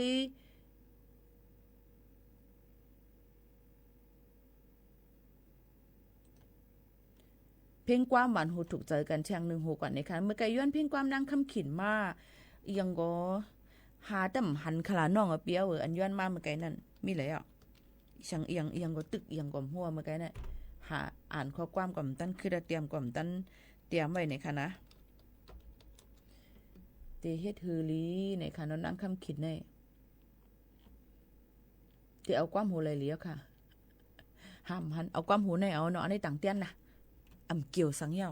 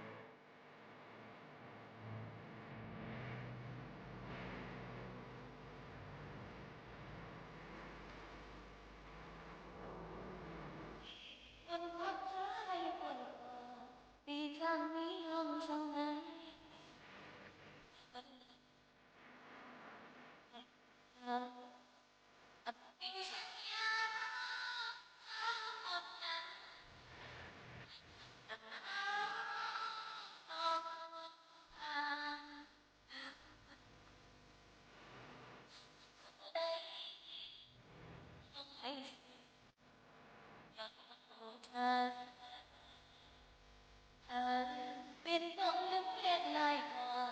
ที่เส้นตั้งกันไหม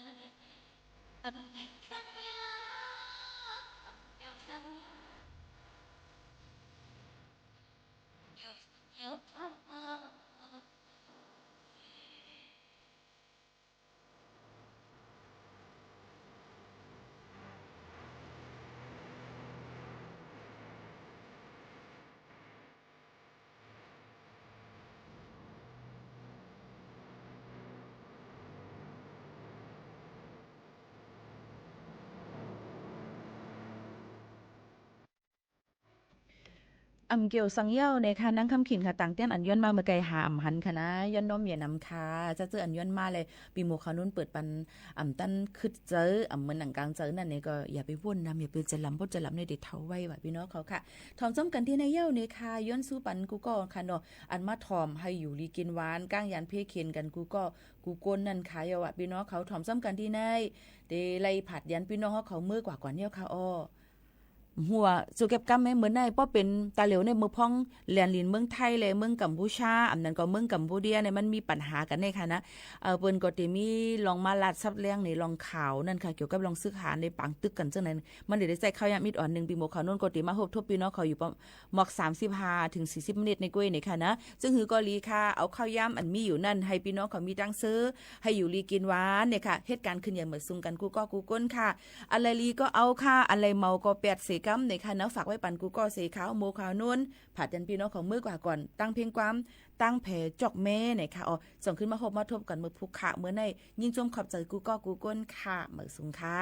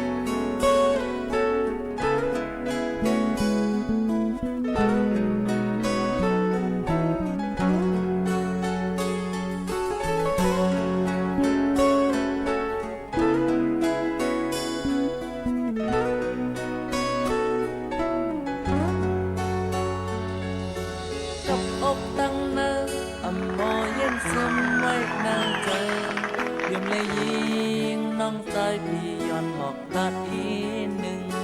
โอ้โอ้น้อ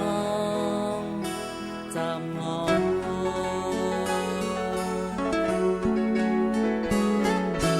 น้องหักตั้งเป็นจองที่มีไว้หาเนื้อตาลองหาโดยอยากพบเม็นยาเสมอยามใน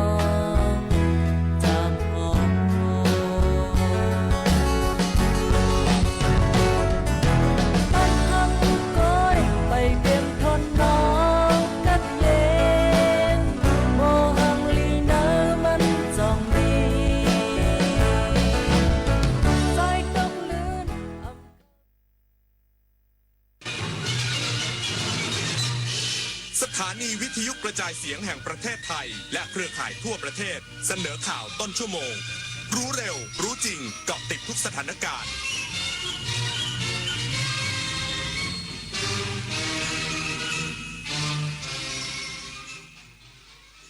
รับฟังข่าวต้นชั่วโมง 23 นาฬิกากับพิญญรุ่งสมัยโฆษกกระทรวงกลาโหมเปิดเผยสถานการณ์และการเตรียมความพร้อมด้านการแพทย์และสาธารณสุขอีกสักครู่กลับมาติดตามรายละเอียดครับเชิญร่วมงานกาชาด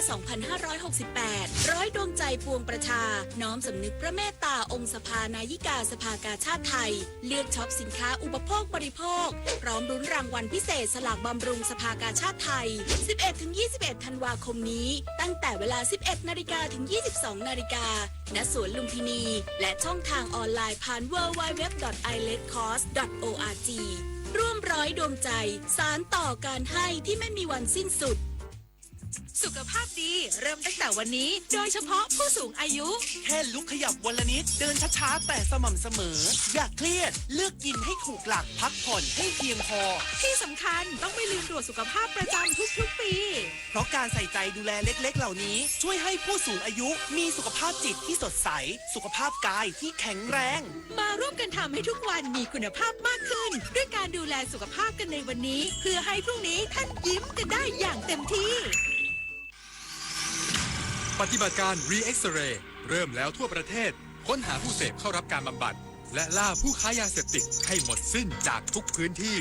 ร่วมเป็นหูเป็นตาไม่ปกป้องคนผิดเพราะความร่วมมือของเราคือกำแพงสำคัญในการป้องกันพบเบาะแสยาเสพติดหรือเจ้าหน้าที่รัฐเกี่ยวข้องแจ้งได้ที่สายด่วนปปส1386ร่วมกัน Re-X-Ray เพื่อสังคมไทยปลอดยาเสพติดไม่เสพไม่ขายไม่ทำลายอนาคต Princess Cup Thailand 2025 กลับมาสร้างความประทับใจอีกครั้งภายใต้พระปณิธานในสมเด็จพระเจ้าลูกเธอเจ้าฟ้าสิริวัณวรีนารีรัตนราชกัญญาเพื่อยกระดับกีฬาขี่ม้าไทยสู่มาตรฐานสากลพิเศษสำหรับคนรักสุนัขและนิทรรศการสุดประณีตเพลินกับคิดโซนอิ่มอร่อยจากฟู้ดทรัค 22-28 ธันวาคมนี้ณสนามขี่ม้ากองพลทหารม้าที่ 2 รักษาพระองค์สนามเป้ากรุงเทพ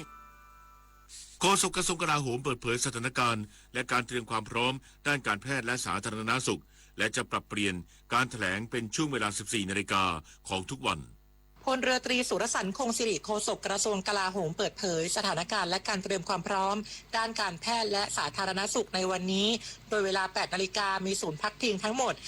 990 แห่งมีประชาชนเสียชีวิตจากเหตุการณ์ที่ได้รับผลกระทบทางอ้อม 20 คนได้รับผลกระทบจากการโจมตีของกัมพูชาโดยตรง 1 คนได้รับบาดเจ็บจากการโจมตีของกัมพูชา 6 คนมีประชาชนในศูนย์พักพิงกว่า 263,900 คนโรงพยาบาลที่ได้รับผลกระทบ 20 แห่งโรงพยาบาลส่งเสริมสุขภาพตำบลหรือรพสตได้รับผลกระทบ 213 แห่งทั้งนี้ศูนย์แถลงข่าวร่วมสถานการณ์ชายแดนไทยกัมพูชา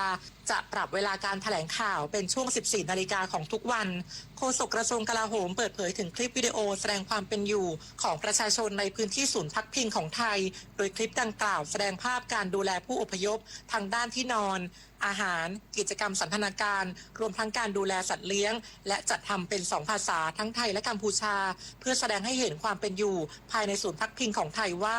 มีการดูแลจากภาครัฐและภาคส่วนต่างๆเพื่อสื่อสารไปยังกัมพูชาว่าแม้ขณะนี้สถานการณ์บริเวณชายแดนไทยกัมพูชาจะไม่ใช่สภาวะปกติแต่คนไทยยังคงไม่ทิ้งกันและจะดูแลกันอย่างเต็มที่ธนพร ปรุณฤทธิ์รายงานด้านสาธารณสุขสุรินทร์เร่งดูแลสุขภาพจิตคัดกรองศูนย์พักพิงแล้วกว่า 60,000 รายนายแพทย์ยุทธนาวรรณโพกลางนายแพทย์สาธารณสุขจังหวัดสุรินทร์เปิดเผยว่าจังหวัดสุรินทร์เดินหน้าดูแลสุขภาพจิตประชาชนอย่างเข้มข้นครอบคลุม3กลุ่มหลักได้แก่ประชาชนในศูนย์พักพิงชั่วคราวบุคลากรผู้ปฏิบัติงานและกลุ่มเฉพาะที่มีความเสี่ยงสูงขณะนี้มีการคัดกรองสุขภาพจิตประชาชนในศูนย์พักพิงชั่วคราวแล้วกว่า 60,000 รายพร้อมให้การช่วยเหลือทางจิตใจขั้นต้นหรือ PFA รวมถึงการรักษาด้วยยาในรายที่จำเป็นและส่งต่อผู้มีอาการรุนแรงเข้ารับการรักษาในโรงพยาบาลแล้ว3รายนอกจากนี้ยังดูแลสุขภาพจิตของบุคลากรและกลุ่มเสี่ยงเช่นเจ้าหน้าที่ชุดรักษาความปลอดภัยหมู่บ้านหรือชรบที่อาจมีความเครียดจากการปฏิบัติหน้าที่โดยผู้ที่พบความเสี่ยงสูงจะมีการติดตามอาการอย่างต่อเนื่องเพื่อลดความเครียดและป้องกันการทำร้ายตนเองในระยะยาวกฤษดาสุนทรสวทสุรินทร์รายงาน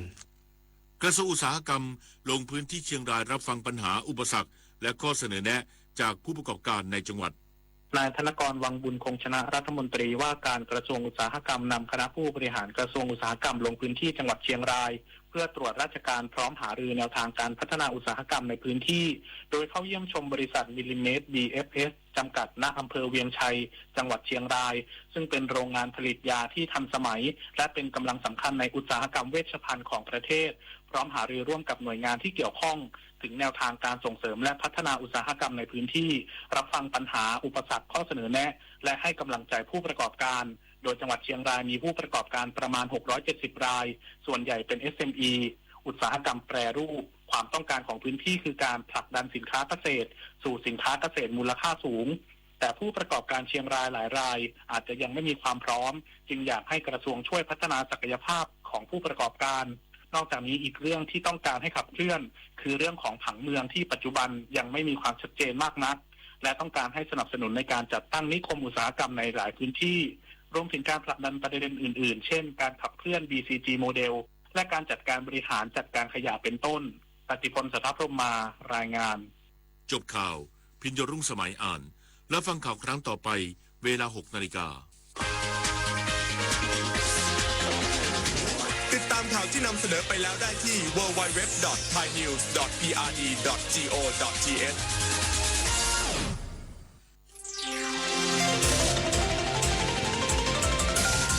วิทยุแห่งประเทศไทย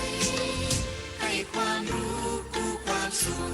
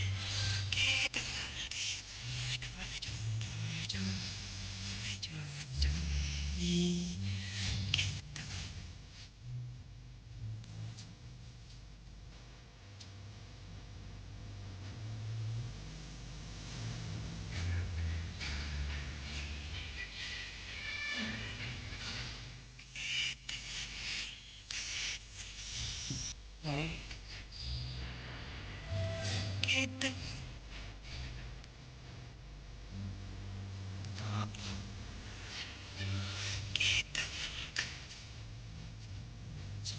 คิดถึง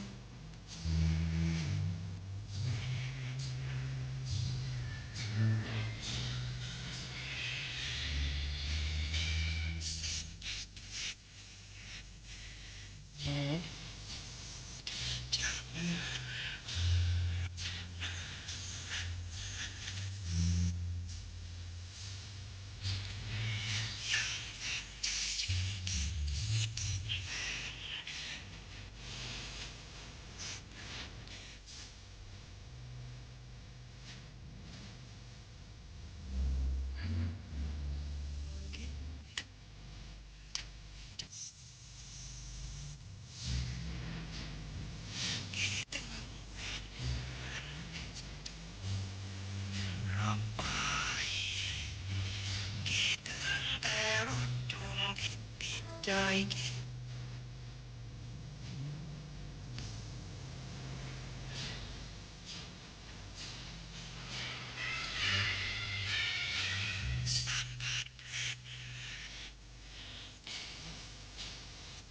ช่างหนุ่ม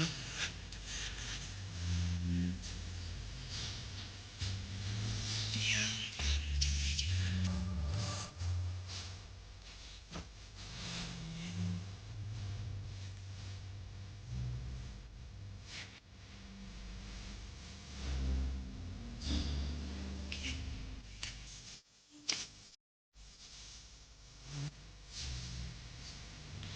คิดถึงวันไหนสัก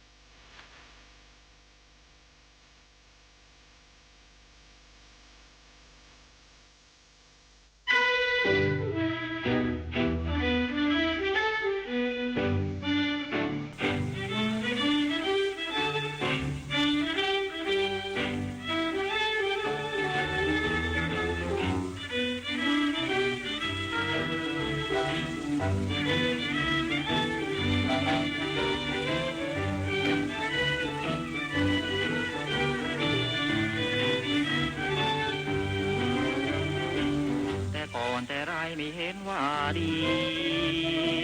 มาบาดเดี๋ยวนี้กลับเห็นอย่างไรก่อนเธอเมินบัดนี้เธอมองคอยจ้องรำไปก่อนทำไมไม่เห็นยายดี แต่ก่อนแต่ไรไม่เลี้ยวไม่แลมาเปลี่ยนมาแปรเสียแล้วละสิแปลกในใจแต่ไหนแต่ไรไม่เคยไม่ตรีแต่บัดนี้จะทิดจะเฉยฉันครวญฉันใครจนจิตใจละเมอแต่เห็นเธอนิ่งเฉยก่อนไม่ชื่นไม่เฉยก่อนไม่เอ่ยไม่ฟังทั้งคำสั่งคำตอบไม่ชื่นไม่ชูไม่รู้จิตใจแต่ก่อนแต่ไรกลับซ้ำความอ่อนก่อนเธอช่างแบบนี้เธอชมไม่ช่างดังก่อนให้อาวรณ์สะท้อนสะเทือน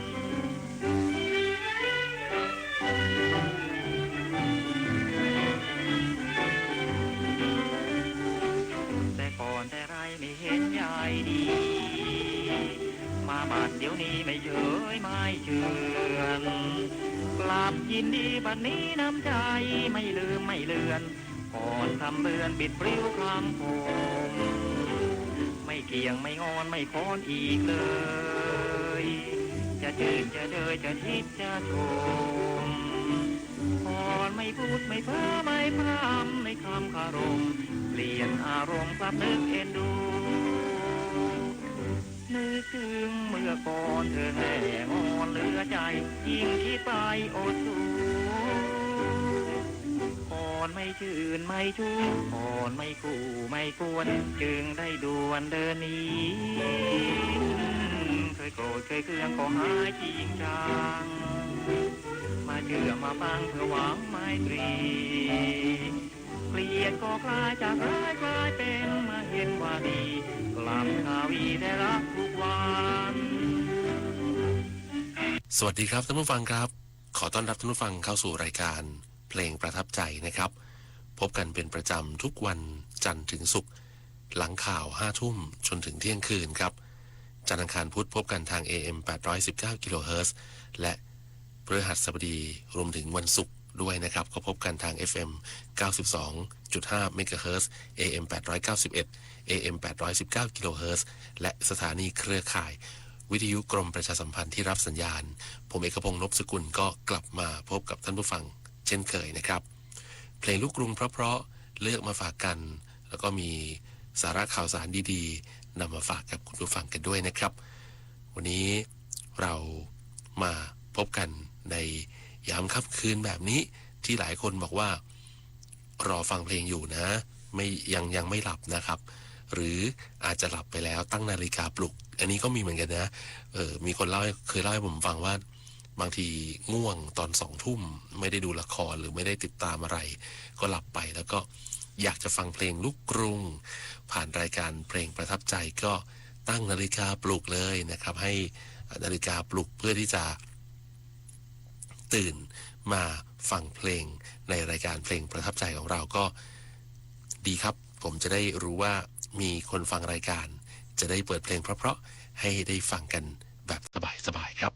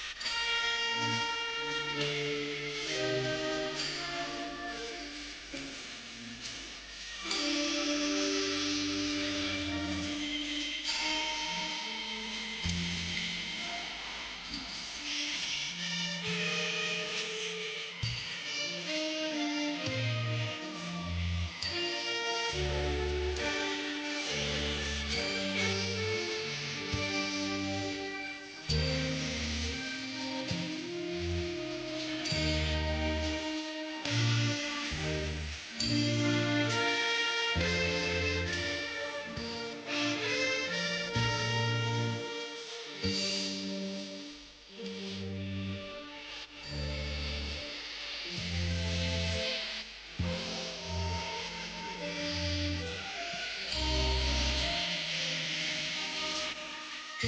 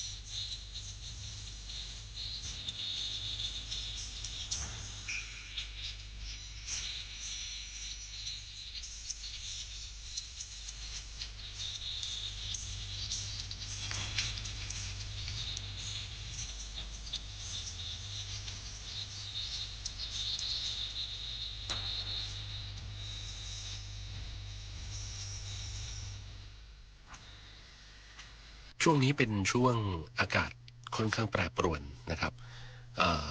แต่ว่าถามว่าอากาศดีไหมดีครับแต่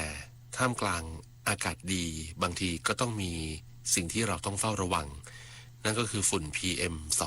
2.5 พอช่วงเวลานี้แหละเราก็ต้องระวังเลยนะครับมีเพื่อนสอนอยู่ที่โรงเรียนก็บ่นว่าช่วงนี้ต้องเข้าแถวหน้าห้องเรียนทุกวันเลยนะครับเด็กๆก็ไม่ได้มาเจอแดดนะแล้วก็เข้าแถวก็เป็นระบบเหมือนเดิมใช้วิธีการเอาเสียงตามสายมาเพราะว่า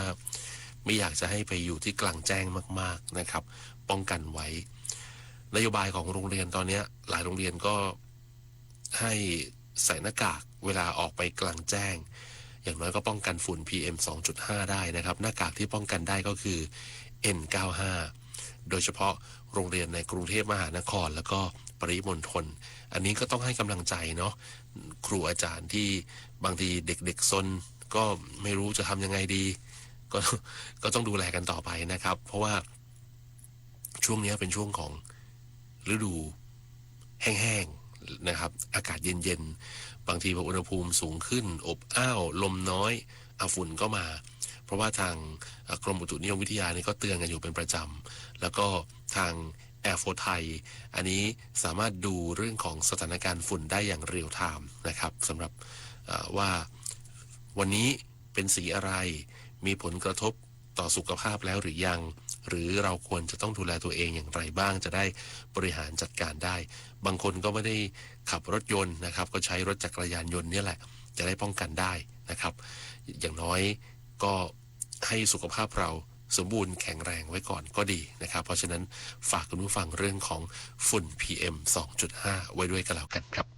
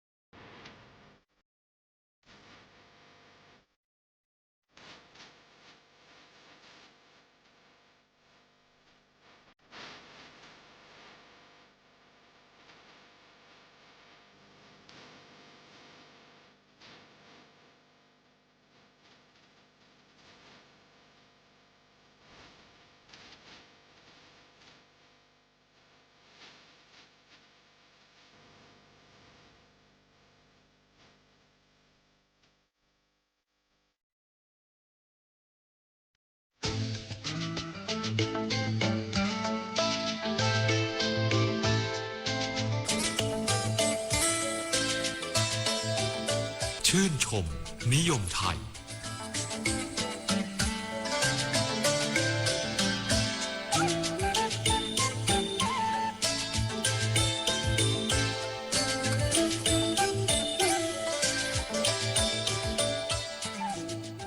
สวัสดีค่ะท่านผู้ฟังที่เคารพทุกท่านเราจะไปตามรอยเตาไฟแบบโบราณจากเตาก้อนเศร้าถึงเตาอั้งโล่และเตามหาเศรษฐีกันค่ะท่านผู้ฟังคะเตาไฟเป็นสิ่งที่อยู่คู่ครัวไทยที่ขาดเสียไม่ได้แม้ว่าเตาแก๊สจะเข้ามาทดแทนด้วยความที่สะดวกกว่าจุดไฟก็ง่ายกว่าไม่ยุ่งยากแถมยังไร้ควันอีกด้วยแต่ว่าเตาไฟแบบโบราณเช่นเตาก้อนเศร้าเตาเศร้าเหล็กเตาวงเตาเชิงกรานที่เป็นเตาไฟอย่างไทยหรือเตาอั้งโล่อย่างจีนนั้นก็ยังมีความจำเป็นไม่น้อยโดยเฉพาะสำหรับการประกอบอาหารจำพวกปิ้งหรือย่างที่ทำให้อาหารนั้นมีกลิ่นหอมกว่าการใช้เตาแก๊สเตาไฟแบบโบราณข้างต้นที่บอกไปเมื่อสักครู่นั้นเป็นอย่างไรเราไปทำความรู้จักกันที่เตาก้อนเศร้ากันก่อนค่ะเตาก้อนเศร้าเป็นเตาแบบโบราณที่ทำขึ้นอย่างง่ายๆโดยการเอาหินหรืออิฐจำนวน3ชิ้นวางหรือปักเป็นหลักลักษณะ3เศร้าสำหรับรองรับภาชนะเตาก้อนเศร้านับเป็นเตาไฟแบบโบราณอาจจะเรียกได้ว่าเป็นรุ่นแรกเริ่มก็ว่าได้เพราะทำขึ้นโดยไม่ต้องประดิษฐ์หรือพิถีพิถันอันใดมากไม่ว่าจะอยู่ในเมืองชนบทหรือตามป่าเขาลำเนาไพรหากหาวัสดุทำนองดังกล่าวมาตั้งเป็นเศร้าทั้ง3ก็สามารถหุงหาอาหารได้แล้วค่ะถัดมาเป็นเตาเศร้าเหล็กเตาเศร้าเหล็กเป็นเตาที่ทำจากเหล็กดัดให้เป็นวงกลมมี3ขาใช้หลักการเดียวกันกับเตาก้อนเศร้าอย่างไรก็ตามค่ะเตาก้อนเศร้าและเตาเศร้าเหล็กก็มีข้อเสียคือไม่มีที่กั้นลมทำให้ฟืนหรือถ่านมอดเร็วเป็นการสิ้นเปลืองเชื้อเพลิงเตาไฟที่ทำจากดินเผาจึงได้รับความนิยมมากกว่าอย่างเช่นเตาเชิงกรานเตาวงและเตาอั้งโล่สำหรับเตาเชิงกรานนั้นเป็นเตาไฟทำจากดินเผาลักษณะรูปทรงกระบอกปากผายออกมีช่องตัดตรงหน้าเตาก้นทึบมีชานต่อออกมาข้างหน้าเตาสำหรับวางฟืนหรือถ่านคำว่าเชิงกรานมาจากคำว่าเชิงหมายถึงฐานที่ใช้รองรับของบางสิ่งกับคำว่ากรานในว่าเป็นคำเขมรหมายถึงไฟรวมความแล้วจึงมีความหมายว่าฐานรองรับไฟหรือเตาไฟแบบที่มีฐานรองรับอยู่ข้างใต้สำหรับเตาไฟอีกหนึ่งประเภทนั่นคือเตาวงเป็นเตาไฟทำจากดินเผาลักษณะเป็นรูปทรงกระบอกสูงประมาณคืบเศษหน้าเตาตัดเป็นช่องสำหรับใส่ฟืนหรือถ่านด้านล่างเตาเป็นก้นกลวงไม่มีฐานด้านบนมีกรวยดินยื่นออกมาสำหรับรองรับภาชนะเรียกจมูกเตาอย่างไรก็ตามเตาวงมีข้อเสียตรงที่ต้องวางบนแม่เตาไฟหรือฐานรองรับเตาไฟหรือวางบนพื้นดินไม่เหมาะกับการวางบนเรือนแพหรือพื้นไม้ซึ่งสุ่มเสี่ยงจะทำให้เกิดไฟไหม้มาถึงเตาอั้งโล่กันบ้างค่ะเตาอั้งโล่เป็นเตาไฟแบบจีนคนจีนนำเข้ามาใช้ในดินแดนประเทศไทยเมื่อใดไม่ทราบแน่ชัดแต่ด้วยความที่เตาอั้งโล่สะดวกต่อการใช้งานปลอดภัยไม่ทำให้ครัวสกปรกไม่สู้มีควันและเขม่ามากนักจึงได้รับความนิยมมากคนจีนแต้จิ๋วจึงเรียกเตาประเภทนี้ว่าห่วงโลหมายถึงเตาลมส่วนคนจีนฮกเกี้ยนเรียกว่าฮังหลอหมายถึงเตาปิ้งเตาย่างอย่างไรก็ตามในภาษามลายูและอินโดนีเซียเรียกเตาชนิดนี้ว่าอังโลซึ่งยืมมาจากภาษาจีนฮกเกี้ยนคือฮังหลอจึงอาจสรุปได้ว่าเตาอังโลน่าจะเพี้ยนมาจากภาษาจีนฮกเกี้ยนเตาอั้งโล่ทำจากดินเผาลักษณะทรงกระบอกส่วนก้นสอบเข้ากันเล็กน้อยด้านหน้าเตาเจาะเป็นช่องสำหรับใส่ฟืนหรือถ่านบริเวณปากเตาทำเป็นเศร้าคล้ายลูกป้อมที่ตั้งรายบนกำแพงเมืองโบราณมีทั้งหมด3เศร้าไว้สำหรับรองรับภาชนะ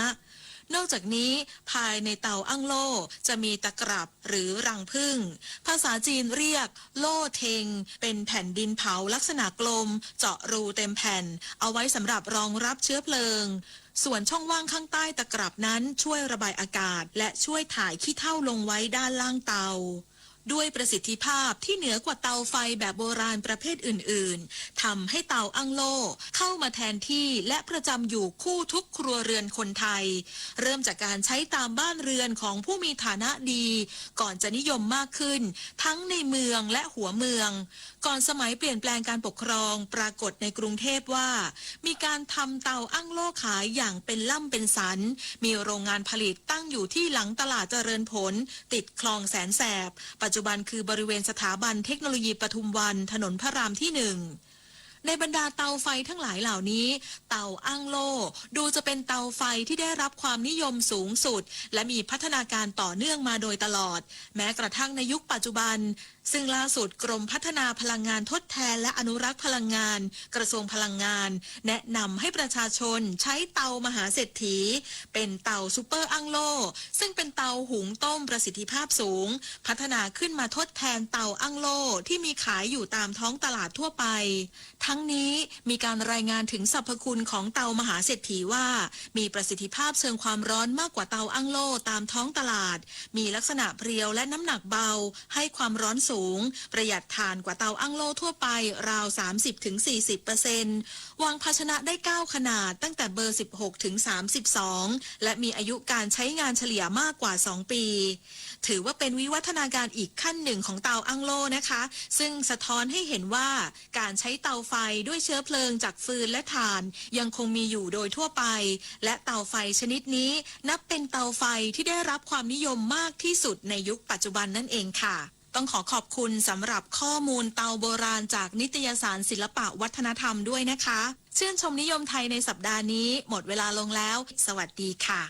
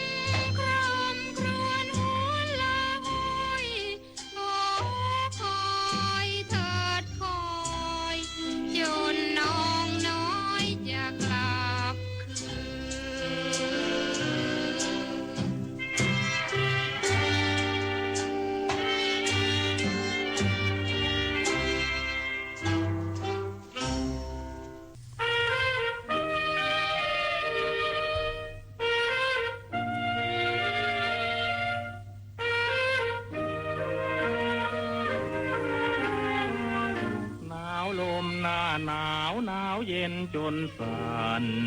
เกิดพรันหัวใจไม่ควรร้อนใจรีบเตรียมผ้าห่มถ้ามีห่มไว้ใช้บางอกตรมลมอะไรหนาวใจอยากได้ผู้เชยหนาวลมหน้านี้เขาเตรียมมีคู่ชื่นชูนักต้องคอยชิดเชยเพื่อความอบอุ่นก็เตรียมคู่ไว้หรือยังเล่าคุณหวังคุณนั่นเองฉันเกรงจะต้องเศร้าใจจงโปรดอย่าปัดไมตรีรักเพียงชีวิตหรือดีมอบให้ถ้าจริงก็จะขอเชื่อใจที่จะรักใครไม่ขอเปลี่ยนไปจากนวลหนาวลมหน้าหนาวถึงคราวมีคู่ชื่นชูยาวอยู่ถ้าลมพัดทวนก็ชวนแนบข้างรวมกันห่มรักไม่มีจืดจางคิดปรางชื่นใจหนาวใดเราไม่หวั่นเลยจงโปรดอย่าปัดไมตรี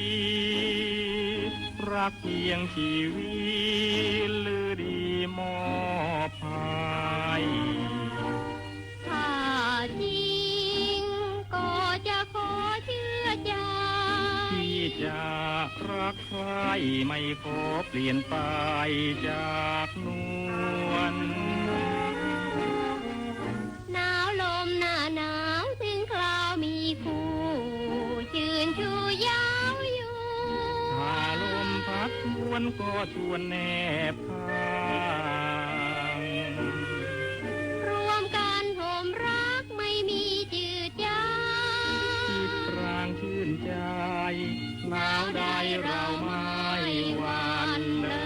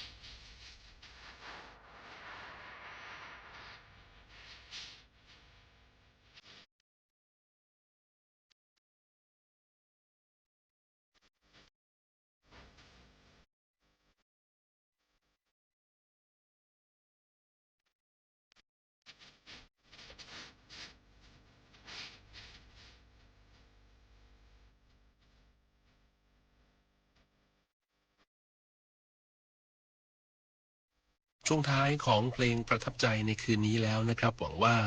คงจะถูกใจกับเพลงเพราะมากมายวันนี้ที่เลือกมาฝากกับท่านผู้ฟังกันนะครับแล้วก็ฟังรายการเพลงประทับใจเสร็จผมก็หวังว่าคงจะหลับฝันดีเลยนะครับเพราะว่าได้ฟังเพลงที่ตัวเองชอบนะครับผมก็ดีใจนะที่เลือกเพลงมาให้ท่านผู้ฟังได้ฟังกันแล้วก็เกิดความชื่นชอบบางทีก็ดูเอากับความน่าจะเป็นว่าเคยเปิดเพลงนี้ไปแล้วก็มีคนเคยขอกันมาเยอะๆอะไรเงี้ยก็เลยจะเปิดให้นะครับแล้วก็บางทีก็ดูจากคำแนะนำนะครับที่ยังเพลงที่ยังค้างๆอยู่อย่างเงี้ยก็เอามาเปิดให้กับท่านผู้ฟังได้ฟังกันแต่วันนี้เวลาหมดแล้วครับไม่เป็นไรครับผมลาไปแล้วแต่ว่าก็ยังคงมีเพลงทิ้งท้ายให้ฟังกันจนปิดสถานีเลยนะครับขอบพระคุณสำหรับการติดตามรับฟังนะเดี๋ยวพรุ่งนี้กลับมาพบกันใหม่กับเพลงประทับใจสวัสดีครับ